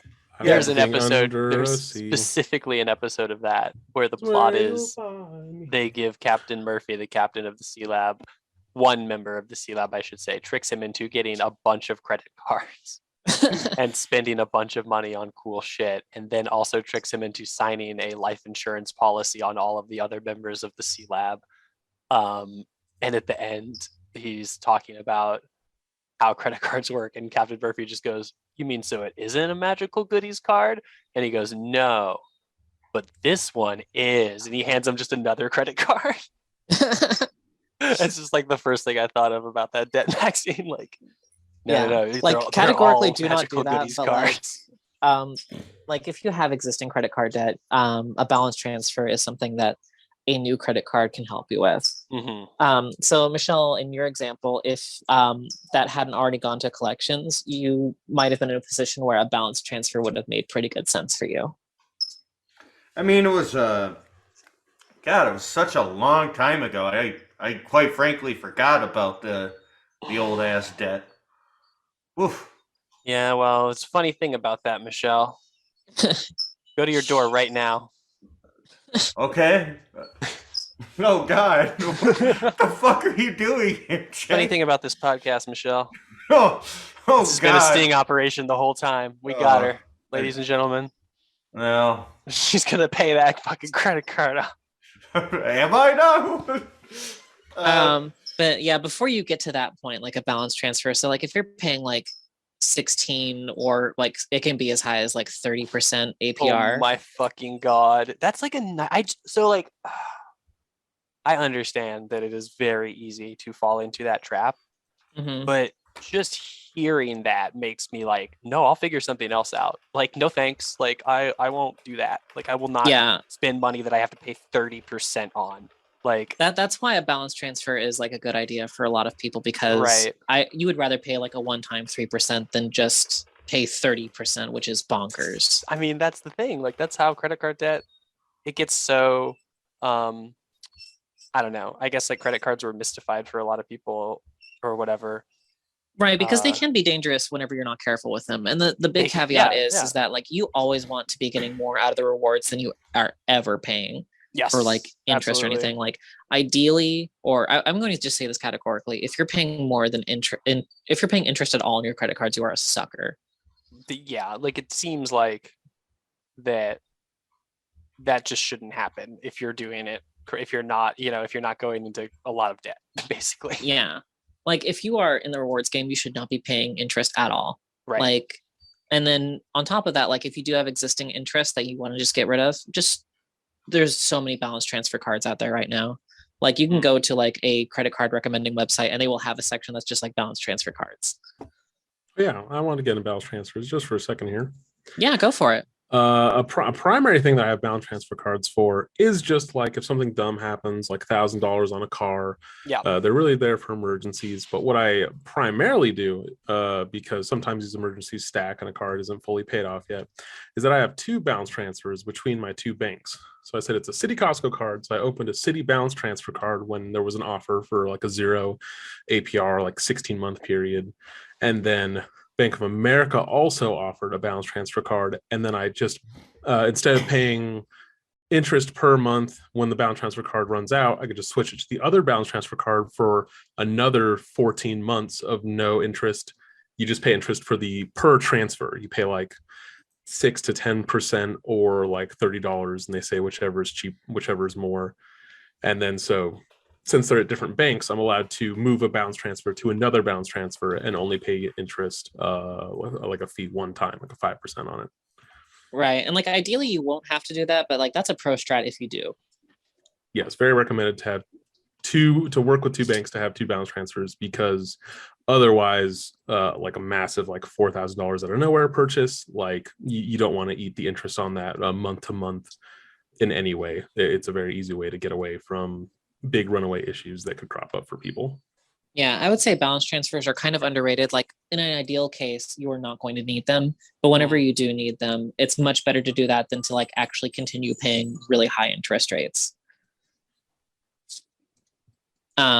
And I would say that like, again, like you can pretty much always find a card that's willing to give you a balance transfer like promotion for like 18, 12 months, depending. It should get at least a year out Like of it. even this Disney one, they're offering a balance transfer promo. Let me take a look at it. So like this Disney one, their balance transfer promo is like 0 APR for 12 months and the fee is 5%. Okay. And that seems like, I mean, 5% could stack a lot, but that seems like a lot of credit cards start there. Well, I mean, with the debt maxing post, their point was if you do the balance transfer, like inflation's going to outpace it anyway. So Yeah. again, bad idea. Do not debt max, but it is funny because it kind of technically makes sense. It's a funny thing to joke about, but it will Mhm. probably not end well for you. No, Yeah. do it. It's actually cool. I mean, maybe one guy could do it Yeah, I mean, what are they just going at to least do? one. Like, just as an At experiment. the end of the day, like credit's really just to get a house. So like if someone's gonna let you live in their house and like indefinitely and you're not gonna fuck things up, like yeah, what are they? Okay, what they do is they garnish your wages at a certain point. When it gets Right, I was bad gonna enough. say, yeah. If you're gonna leave the country, I mean, go for it. If you're not coming back, oh yeah, Let there's it like a rip. whole. I remember reading an article on Vice on people who like would rack up a bunch of student loans and then like move to Europe because like oh yeah, they couldn't took force their them to degree pay. abroad that I'm never Mhm. coming back. Yeah, Ripped open a couple that's credit also a cards. pro strat if you do not care about your American credit score at all. Right. Or your American citizenship or life. Which I mean, And- at this point, why would you? Why would you? If you don't want to saddle people with debt, when you die, they also annoy your family and stuff. But it's up to taste. Sometimes that won't matter to certain people. Mhm. Sometimes it's funny if that would happen. Yeah. Or I mean, like, there's really a limit to how much they can go after, especially after someone's dead. So like what I'm saying is like you go abroad, you just rack a bunch of debt, and you're like, I'm out of here, fuckers. And then they come after your family. At most, they can just annoy them a lot, even to an illegal extent, if it was like a significant amount of money they're trying to collect on. But over time, it's significantly less worth it, and they just kind of fuck off at the end of the day. So yeah. Even if you die, they can only really come after your estate. There is something, don't quote legally, about that life insurance money to an individual. It's an untaxed amount of money that goes to them, and that people can only go after what's in your estate. And if nothing's left to your estate, something not very good at law, that they can't fucking do anything about it at the end of the day. Mhm. Yeah. As long as you say, oh no, they get it, fuck off. Yeah, like, and I mean, like, I've had relatives say that, like, oh, I'm going to rack up a bunch of credit card debt once I get cancer and just like not pay it off, which, again, maybe not an ideal move, but like, I definitely get where they're coming from. They have a good If they don't have horizontal any- move. If They have they a don't have any lateral move. children, you know. They have if a don't lateral any- move to make if they already had a life insurance policy. That life insurance companies, when you have a massive policy, like if you have like a $6 million policy, if you're like over 60 or whatever, and you're suddenly ill, they start coming to you to be like, we'll pay out a big percentage of your life insurance so you could use it now to have a chill time Mhm. and not pay out your full policy. Is something they do try to do on people that are nearing end of life kind of stuff. Or maybe just debt max. Fuck it. Debt max. Don't do this. Don't fall for that shit. Give the Can't full life emphasize it enough. insurance Again, amount do not to debt your max. friends. But also- Absolutely, you but- should debt max. but also debt max. every moment. But of also the you day. should I debt think there's a max. way the debt max is Do it kind of now. fucking tight. I think it works out. It's the life insurance can't get touched, and you just fucking drop the ball on these people. Again, this is not financial advice. Do not do It's this, not but about it is Mouthwash so Podcast. fucking funny. This is a strategy you should look into. Start the This is a Reddit. podcast Get into the debt about. maxing Reddit. Figure it out. This is a podcast about doing things for yourself. Yeah, That's we it. can't do this for you. Period. We can't Period. make you do this. But if you were going to do anything, you should get it as much as you can. Yeah, if you Tom plan on team. debt maxing, This email is, us so that way we can laugh about it, This is please. the moment on the review episode about murder Live on. where the producer looks in the camera and says, "We have told him not to do it." I think that's about what I have for credit cards. I know that was somewhat lengthy, but like I'm gonna open it up to questions, like whatever goes. I'm trying to Flavor. think. I did. I mean, I personally was just asking kind of questions as I thought of them. Have you Oh, seen, I'll go with something simple. What's the worst penalty you've ever endured from any of these? Ooh, that's a good question. I have never once gotten a penalty on a credit card. I've only paid interest once and it was by accident. Oh. Let's go. Let's go. That's good. We'd love to hear Oh it, my folks. God. We'd So, love to so hear when it, it comes folks. to Jet unexpected max, fees, jet max now. I have only paid $2 because my one credit card I set it to auto pay the minimum instead of like the full amount. Yeah, I've had So I that carried a happen balance too. once on Yep. accident. So I believe I am also in the same boat of that. yeah. You didn't I even would try to say- call in and get it undone? No, I didn't think to do that. Okay, Oh, that's Lizzie, a great. come on! Okay, so Ruben, that's a great example.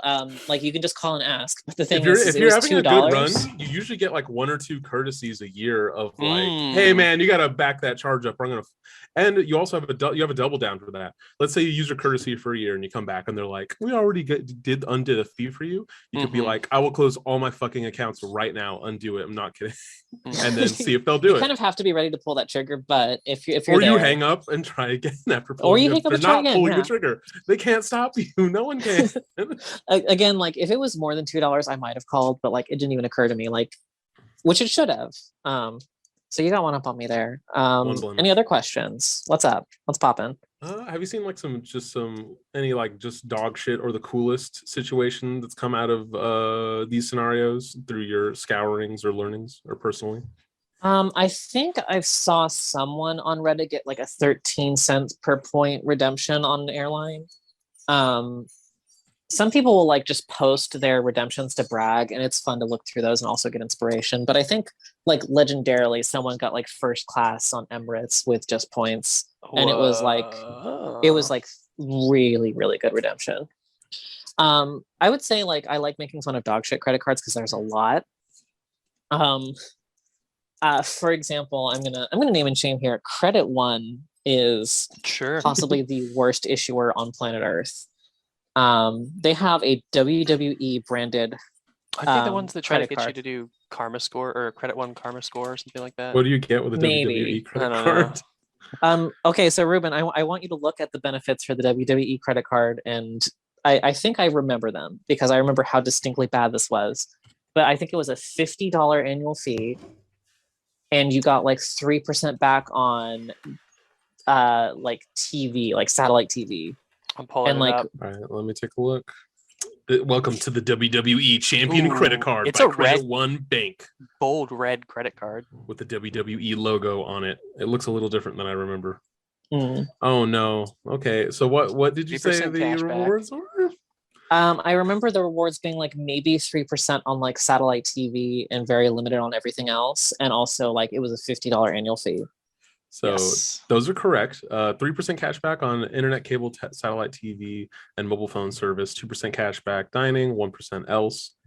Go to the WWE online shop for exclusive discounts. And the worst one, get access to exclusive meet and greet WWE events. Oh. Okay. And the thing is like the term on that isn't even clear either. I remember looking into this and I'm thinking, Oh yeah. how good could this possibly be? And it got worse and worse because like that credit card issuer in particular, they tend to have very poor terms for rewards. Also, And I don't want to say they're predatory, but I will. They are. They have a 24% APR on this credit card, which means if you miss a payment, you're gonna pay 25% of your fucking money back to the bank. Like you get charged 25% more. we should probably explain how APR works actually, because like Yeah. whenever you carry a balance, that's to say whenever you don't pay in full, whenever a statement comes due, you're not paying. So like, for example, if I have a card that has 24 APR, I'm not paying 24% interest for that month. Right. it's 24% like over the course of a year. So like usually I think Annual how it's percentage. calculated is, yeah. So like if I carried that balance for a whole year, I'd pay 24 on it. But just for that month, I think it's like a 12th of that rate. Right. I think I've got that right, It Ruben? does say variable. Correct. It would be your annual percentage rate is then stretched out over each month. The balance you carry per month is then a fraction of what your total APR is. Correct. Yeah. So usually when they say if you pay only minimums, they are giving you the minimum payment schedule, as in how many payments you have to make, getting hit with the maximum amount of interest Yes. Yeah. without accruing more debt until the minimum payments are done is what they calculate Yeah. for you. They don't calculate, very low or non-interest payment amounts, which is more or less same month is no interest rate on an average credit card, etc. Yeah. So like with Credit One, I think theirs is the worst because they also have some cards where there's not a grace period. Ruben, you know what that is, right? You'd have to remind me. I haven't used that term very often in the The credit. banking term, man. Okay, so a grace period is so common on a credit card that like even Ruben's not remembering what it means because it's so weird not to have one. What this is that like the idea of a grace period is that you don't pay interest for a certain amount of time on purchases. So like usually the grace period is the time before like your payment comes due. So like normally on a normal credit card, I will buy something and it won't accrue interest until after the grace period, which would be the amount of time between the closing and the due date of that credit card. So for example, with my MasterCard, the closing is always at the end of the month and the due date is always the start of it's a whole nother month. So I have that month-long grace period before I pay any interest. And that's and so yours is going by calendar month instead of rolling. I forget their term, like rolling dates are based on when your payment is made. So instead of 16 to 16, you're 1 to 1. Right. So usually there's a grace period of like you have a month to pay this before it accrues interest. That's normal for a credit card. For Credit One, they have some credit cards where like you will accrue interest immediately. They do not have a grace period. It's the interest for using the card. Thanks for being a fan. Yeah. Which I don't think that's the case with the WWE one, but like there are some where of Credit One, I don't know anyone else that does this because they're just so bonkers. But for some of them, they have some without a grace period where you have to pay interest on everything. That does bring up another point. That's something that's not too uncommon to see is that sometimes your bank's a bunch of dipshits and they will try and report a late. If you make a late payment, but it's not 30 days late, they will report that as a late payment to your credit score and fuck up your credit score horrendously for several years. I think it's like 2 or 3 years for a late to stop affecting a score materially.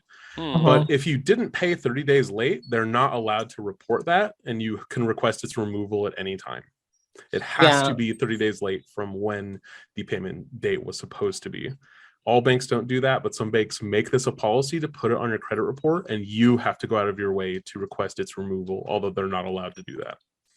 Right. And when it comes to your credit report, so I wasn't aware of that, but like when it comes to your credit report, it's good to have a service where you keep track of that. So like, for example, Credit Karma alerts me to changes in mine. And a lot of those ones like Credit Karma, they'll like guide you through the process of disputing a mark on your credit. And the thing is, even if there isn't a good reason for you to dispute something, you can do it anyway, and sometimes you'll win. Yeah. Oh, that's also very valid. It's a very good one that you can try to do. If it does go through, like especially for collections, there are quote unquote in unofficial terms, like that is a valid way to remove a debt permanently. If a collection is really old and you dispute it and it's gone, you may be able to trick the creditor into being like, I don't know, I have this I got this removed from our credit reports. I don't know, I have this collection. Can you guys give me a letter just in case this pops back up again that I don't owe this anymore? And if you got removed from the report, sometimes they do just hand over a letter saying you owe them nothing and they can never give you that collection again. It's sort of underhanded and hard to execute on, but I have done that several times in my job as a credits mortgage loan processor. I mean, another thing is that like the worst that's going to happen is like they're not going to remove something from your credit report. So like it's worth just trying to do. The only time you don't want to do it. Sorry. Go ahead. So if you, a lot of credit is about getting to a house. So what I know is how you get to a mortgage and what you should be doing there. So when you go to dispute something, the dispute mark also, I don't think the correct term is to say it freezes your credit, but I do believe it freezes your credit to dispute an account. Then that credit union has to freeze your credit while they research the dispute. So if you accidentally tell a credit card company you don't think like you open an account or any language that you're uncertain of, sometimes they'll open a dispute on your behalf, which will freeze your credit and then could fuck up a mortgage process. More or less, you need to know all this before you even try that stuff, or you're going to fuck up and lose a bunch of money. Right. So good primer for that. But yeah, just one thing that's the only thing a dispute could do negatively is that will freeze your credit until you ask for it to be unfrozen. Okay. Another thing when it comes to credit reports, if you have an outstanding debt, and Michelle, I want you to listen to this. Yeah. If you have an outstanding Oh my debt, God. I'm not like singling you out. I'm just saying this is really good advice, or I think it is. If you have an outstanding debt that you plan on paying off, Michelle. Oftentimes you can get an agreement from the person you owe the debt to take it off your credit report in exchange for paying it off. That is also true. I've been there for those negotiations. Yeah, pretty much you just tell them, hey, I will pay you, but you have to take this off my credit report. You get it in writing, and then boom, you're good. So it's just the deed is done. And then that way, if you're going to pay it off anyway, you might as well get it off your credit report too. Yeah. This is every single time you're going to pay off a collection, especially stick to the hang up and try again methodology, because I have called creditors not even that many times, less than 4 times. One person says no, I fucking instantly hang up.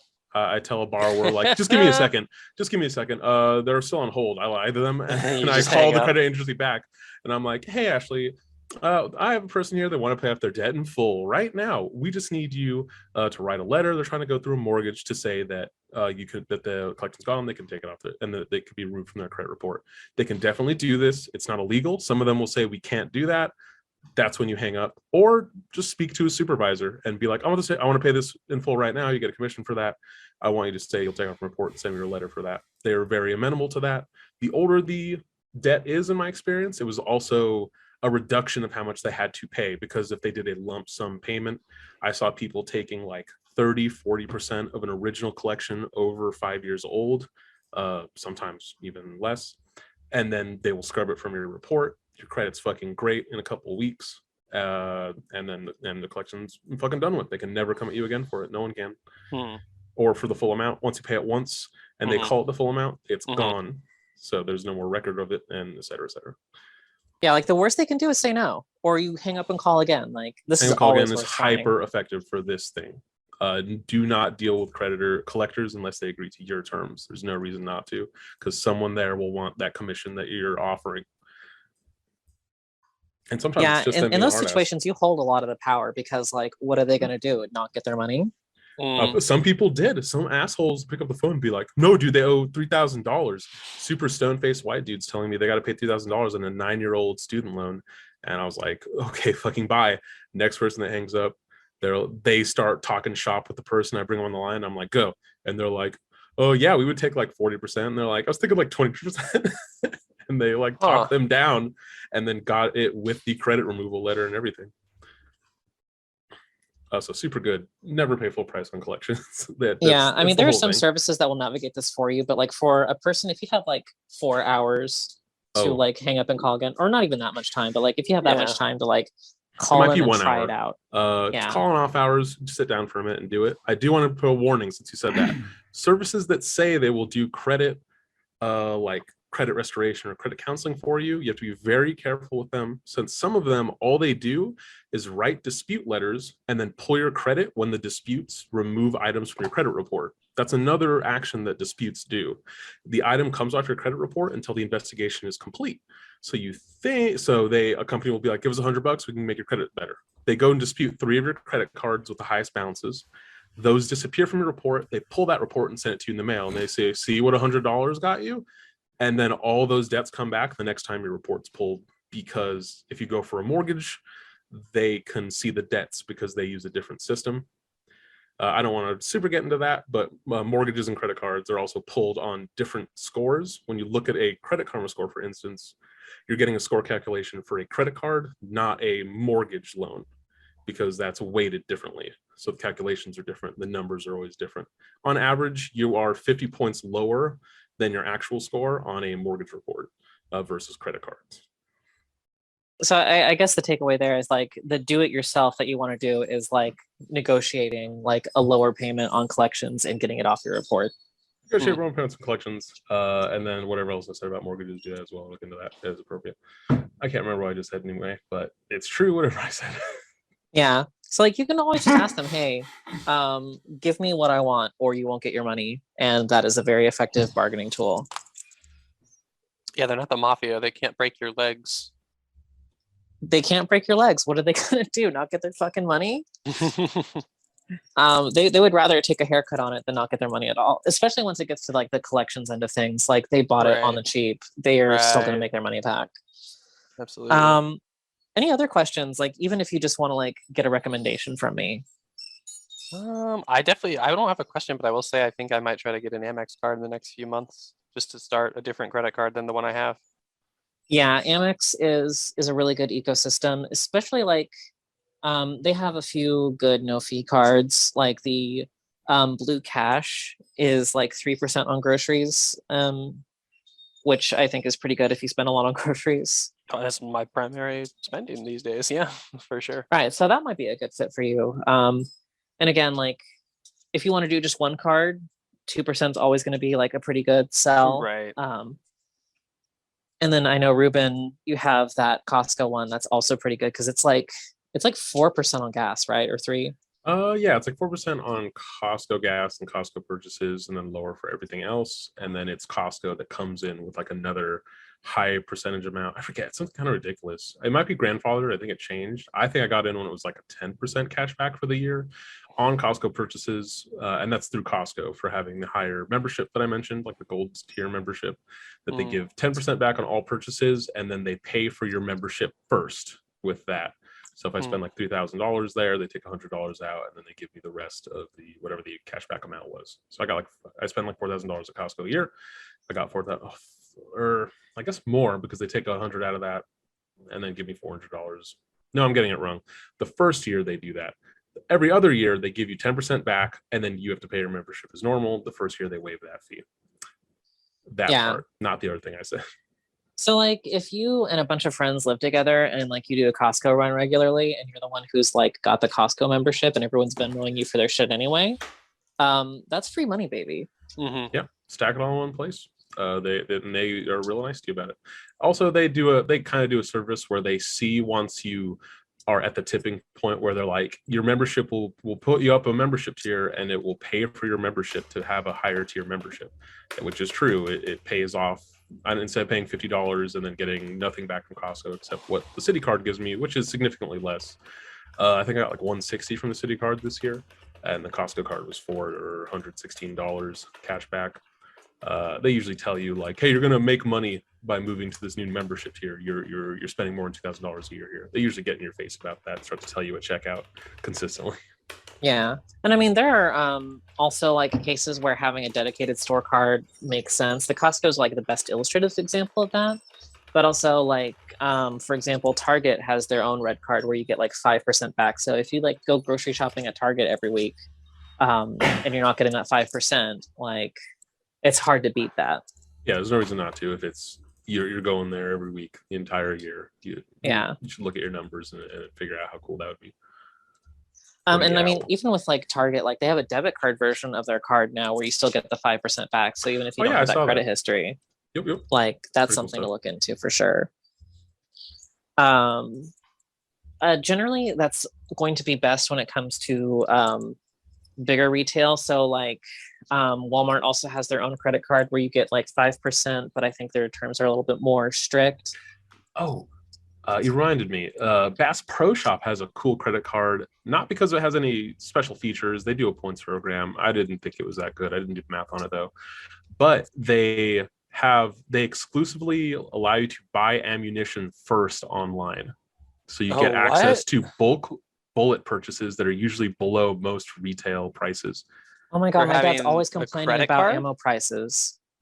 So it's a very good route to How go, does but you that- have to go through it. I'm curious. How do you get like a special password for the website or something? How So do they when you go to the facilitate website, that? I went to buy the bullets, and I was like, I found this out because I was like, hey, that's Yeah. a nice price. That's pretty good.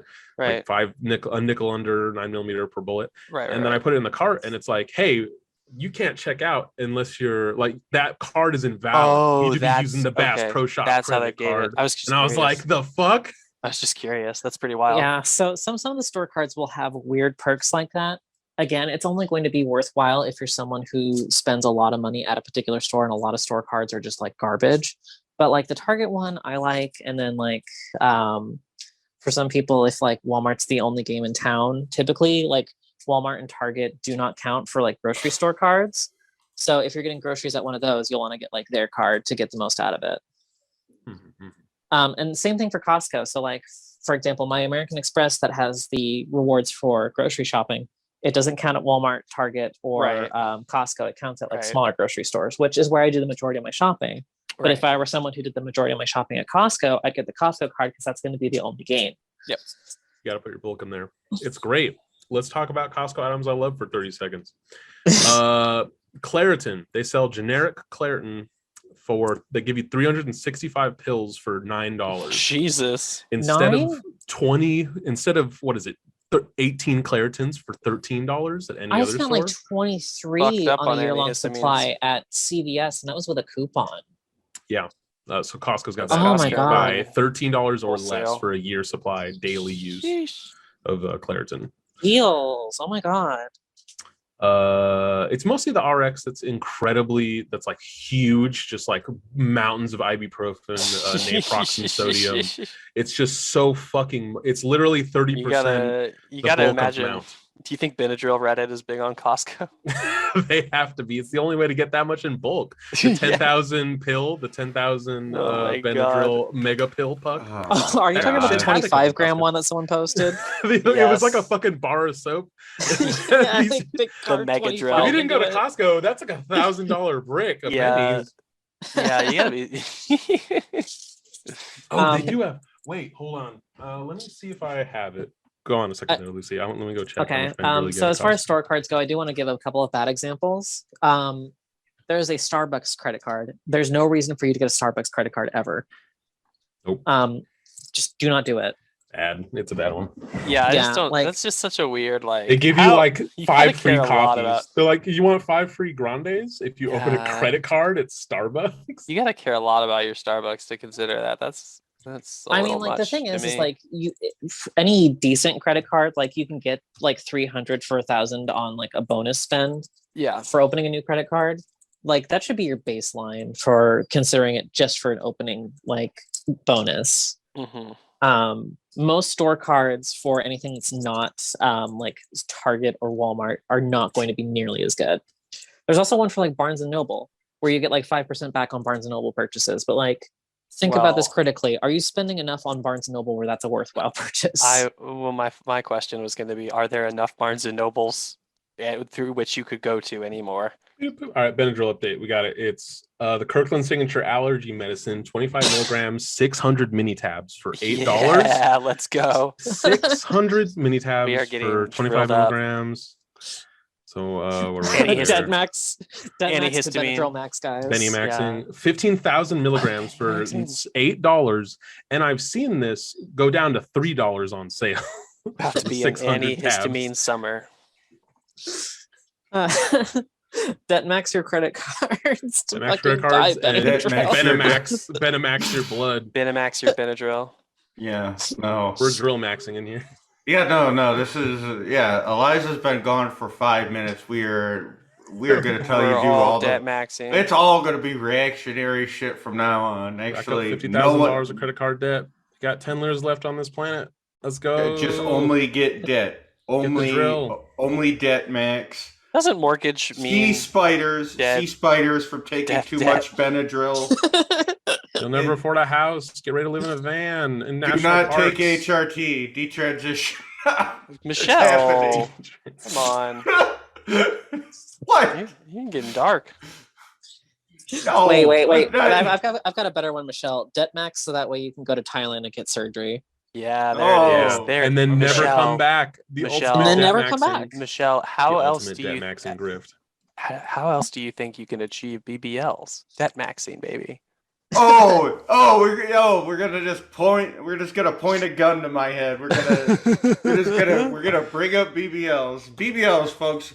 A lot of people ask me about BBLs, and I'll just break it down for you real quick. It's the most inexpensive of most, if not all, of the air quotes gender affirming surgeries, in the sense that it's like what, 1,500 to 2,500 max. And a lot of people do it for less. It's actually really bad and unregulated when they do it for less, but there's a not insignificant chance that you could die during it. But by God, if I were You can debt going max to it. die, you can Yeah. debt max it. Yeah, exactly. That's why you would debt max it. Like, who How gives a Debt shit? max it How because dangerous you're are already BBLs? What's like the lethality on that? a not insignificant. I think it's pretty high for a medical procedure. A not insignificant amount. It's not like only death, but it's Right. something they tell you going into it. It's a fucking risk. Lifelong. It's a fucking risk. A lot of people, to make it like look even and stuff, basically get it twice. One is to like really mold the clay, as it were. The second time is to shape and then tone all of it. Sometimes they get it right in the first try. Like there are some methods where they just repurpose fat from your body. It's like a dead fat one, they call it. Probably not using the correct nomenclature, but like my friend had referred to it that it was like necro fat or something, some sort of fancy way to say dead. And yeah, they just take it from your tongue and then put it in your butt or thighs, etc. But yeah, debt max to do that. But yeah, to answer your question, Ruben, it's major surgery and you could die during it. But by Jove, we have a mutual friend that is always like finger wagging on a great many deals for various reasons, and the idea of like accepting something on its face and like, oh well, yes, you could actually die doing that. Like for the most part, I've had like pretty good laws of average, or I've had pretty good averages on that. So Hmm. I mean, if you're gonna debt max, you might as well get a BBL. Exactly. Yeah. That was my point. Live your best life is the motto of debt maxing. Exactly. Again, like, debt do not max. do this. All One- gas, no brakes. One does not debt max to live in squalor. I mean, debt maxing is just kind of like the accelerationism of the finance world. Exactly. Yeah. Mm. It's all fake money. Who cares? None of it's real. Nothing's real. I mean, a lot of these people would beg to differ at the interest side of things, but you know, Yeah, That's yeah. that's another topic for another day. I'd say, what is something that, what's like the most significant item any of you has, I mean, you had talked about a Nintendo Switch, Lucy. Was that like the ceiling of big things you've ever bought with a credit card? I have financed Debt an competition? iPhone with a Oh. credit card. Yikes. Which like it's a zero interest thing, so don't be yikes. I got a really good deal on a new phone, so like I traded How in the good's one the I deal, had. Lucy? I need to know. Let me put it this way: like T-Mobile will pay a lot of money to acquire customers, and AT&T will do fuck all. Yeah. So we got a really good deal where like we were paying the same amount, but they let us trade in our current phones for like the newest iPhone. And also we were getting unlimited where previously we only got like 2 gigabytes a month of data. And it's the same price, mind you, and actually cheaper than what we were paying for phone service.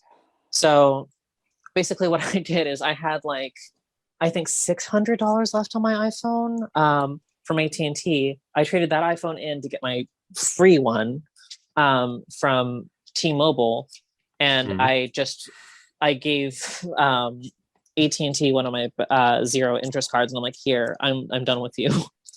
Mhm. It just made it made financial sense to do that. I would say normally, like, you should not pay interest on a big ticket purchase if you can avoid it, and usually you can. I think the next time that I make a big new phone purchase, which I don't plan on doing for like 5 years now, but when I do, I'll probably use my Apple Card to get like a 0% payment on a new iPhone or something. So Lucy, I don't know if you have a house and a mortgage already. Is that a situation you're in? Or are you pre-mortgage? I know that I'm never going to be able to afford a home, so I just do not give a shit. All of my credit scores are just for having a higher number. Pretty pro shit. I was going to ask then in that case, do you feel like you are more at risk or want to generally open every promo card that's like offering at least $100 towards a purchase you're about to make because the number doesn't matter if you're not getting a house?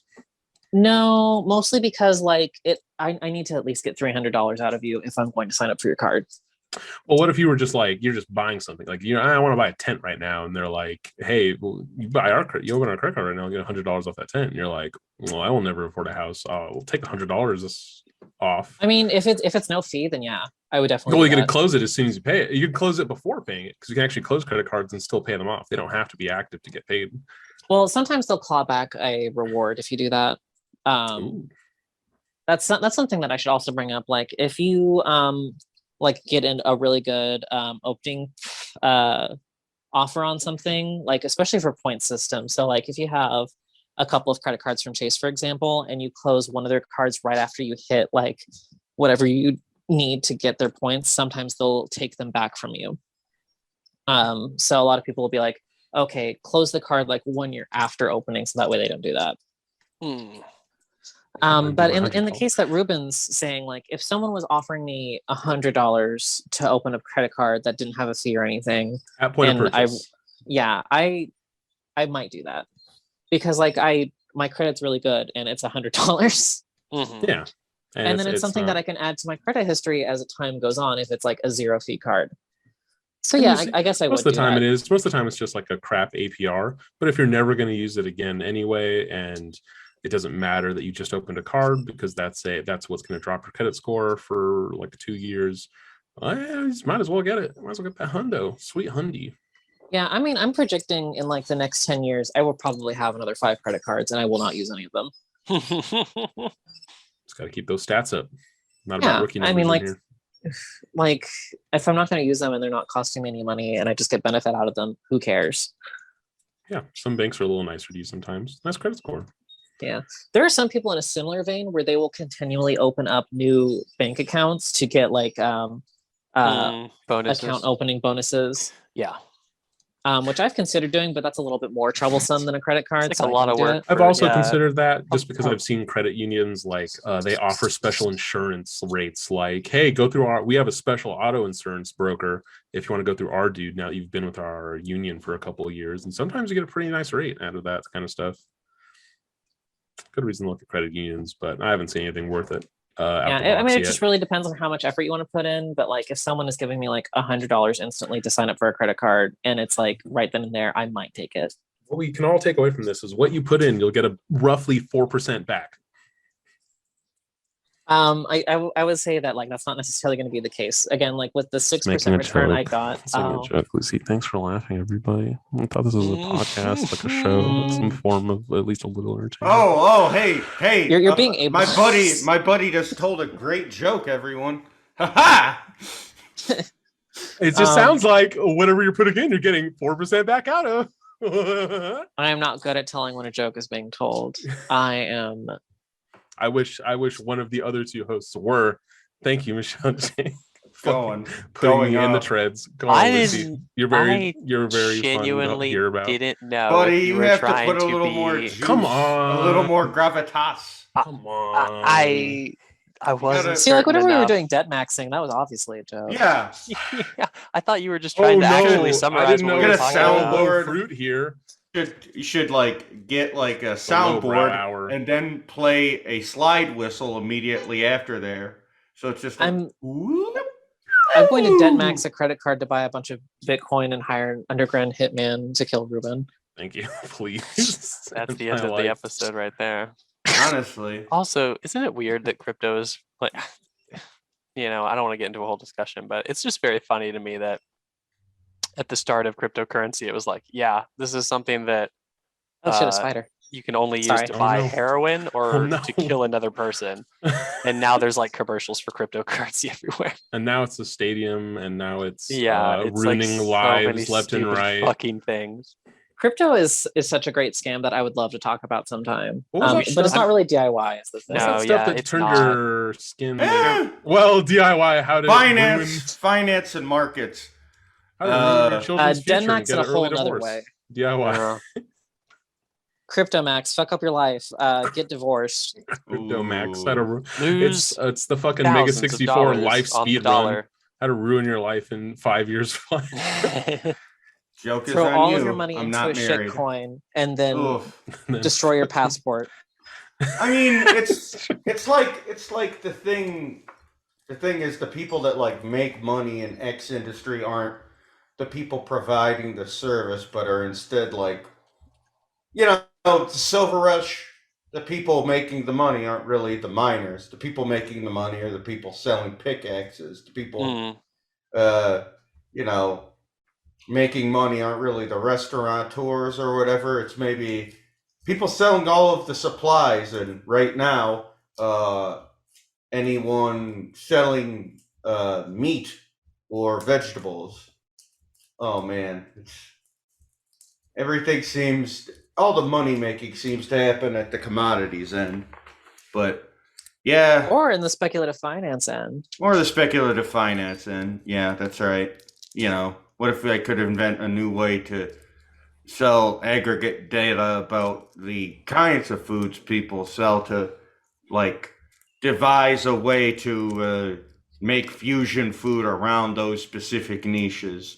And then the idea eats shit, and like 4 months later, maybe you sell it.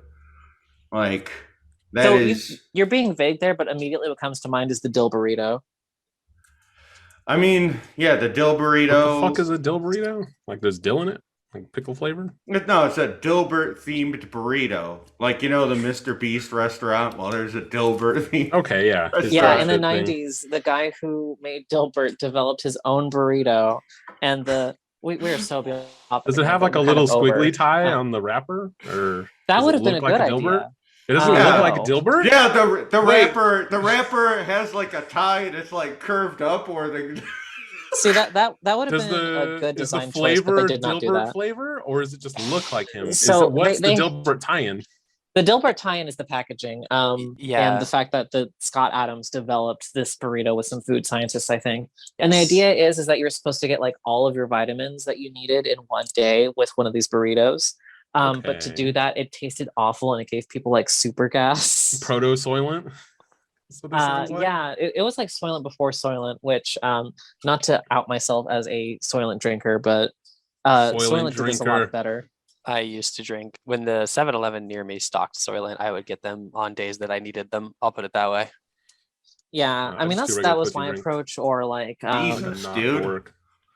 for a while I did a Soylent only diet, but that was like Ugh. for more eating disorder reasons than me being a nerd reasons. Oh, we're gonna have to save that for another time. But that sounds incredible. Do it yourself. Surviving an eating disorder would be a horrifying but fascinating episode. I mean, doing it yourself, surviving an eating good info. disorder is more like in the eating disorder community. It's like So, trading Pokemon cards. Write in if you'd like How that are you- episode. Are you Write in if you would your like body? a beans-based episode. I'm also shopping a beans episode for our listener. If you want to know It's- about beans, and make sure that Michelle consumes about 100 beans, if not more, for an episode. That's not a This lot. guy just wants me to eat beans. Listen, I want this motherfucker to eat beans. this and I motherfucker need eating support. beans. I'm losing the battle here, and I need to make No. eat beans. This motherfucker debt maxed for beans. I would say My there beans futures are killing me. there is one place in town you could order me the food from that has the volume of beans that you want. Beanzone.fart. No, dog. It's a local burrito place, but they have so many variations on beans. Sorry to cut you off, but remember when you were saying about like the fusion cuisine? mm. The dill burrito came in Mexican, Indian, and barbecue flavors. What the fuck is barbecue flavor? Just barbecue sauce alone? Throwing barbecue sauce on the. I bet it's just probably pork and barbecue sauce. What if and, it's like is it the whole onions. barbecue experience? Like I'm not Ruffles are sure, in but there? like a hot dog. an Indian food burrito with a Dilbert tie-in is like the most odd thing that I can think of. Did they eat a I'm lot of just Indian food? imagining it like in a big Dilbert? vitamin-looking turd. In a Wait, burrito. do these flavors have to do with the Dilbert lore at all? Do they match anything? No, I don't think Ruben, so. why? Like, How is it? whatsoever. Have you ever seen a licensed product in your life? Like you're overthinking. I want to this. know if they did a good job. Sometimes you do You're No, a way good they job did with a the overthinking awful tie-in. job. Let me put it this way. It started in 1993 and only made it to 2003. Yeah, That there's sounds not, like it's an not a okay real run. thing. That's like 9 years. What's wrong with that? That seems Wow. okay. Wait, 9 years? That's 4 years. Bro, Scott You said 90. Adams. Hold on, 93 to 1999 to 2003. Oh, I heard 93. Yeah, I heard 93 also. Sorry. All right, this podcast is spiraling and no one else has We'll made an play it effort to back. move towards an ending. So I'm gonna just put it on the record here that we should Thank move towards an you. ending. The ending was the Okay, beans part. Dad. Yeah, Doing Dad. this. No, by all means, Michelle. I'll just let us keep going. It's fine. It's all good. I'm playing. And that note, folks, there's so many ways to navigate this world. In terms of resources, yeah, I'm a couponer, honestly. Like I literally scour the shit. whole place Lucy, for you deals. don't coupon? Let's just let Michelle wrap this up. I think we can talk about coupons another day, maybe. But yeah, in terms of that, yeah, it's every little bit helps, especially with the amount of bills, etc., that we have to deal with in our day-to-day lives now. With that in mind, thank you, Lucy, for putting us on this tip. I'm gonna be full stop saying I'm probably not getting any new credit cards soon because I'm a crazy person, but that's me. For the rest of y'all, I think you're having a good time, like squeezing blood out of the credit stone, as it were. I'm Michelle Perez, as always. I'm joined by my buddies, Buddy Jake, Buddy Lucy, Buddy Ruben, and best wishes to Buddy Eliza. Take it easy, y'all. Oh, don't forget to like and share the fucking podcast. Debt max a credit card to buy bots to promote our podcast. Absolutely. We need bots. We need like Just a write Joe in- Rogan level of bots. Write in about There any are dog 300 million shit people. to My fucking pigironpodcast@gmail.com. Debt Please max several unlock- credit cards to buy a different iPhone for each review that you leave. Visit us on Spotify, Anchor.fm. Leave us We on 1-star Apple. reviews. Do not Wherever. leave 1-star reviews. 5 stars only. We love you. Unless I want you truth and leave honesty. 1-star reviews, then we hate you. You're our sworn enemy. Not true. You got Ruben in the back pocket. Don't worry about it.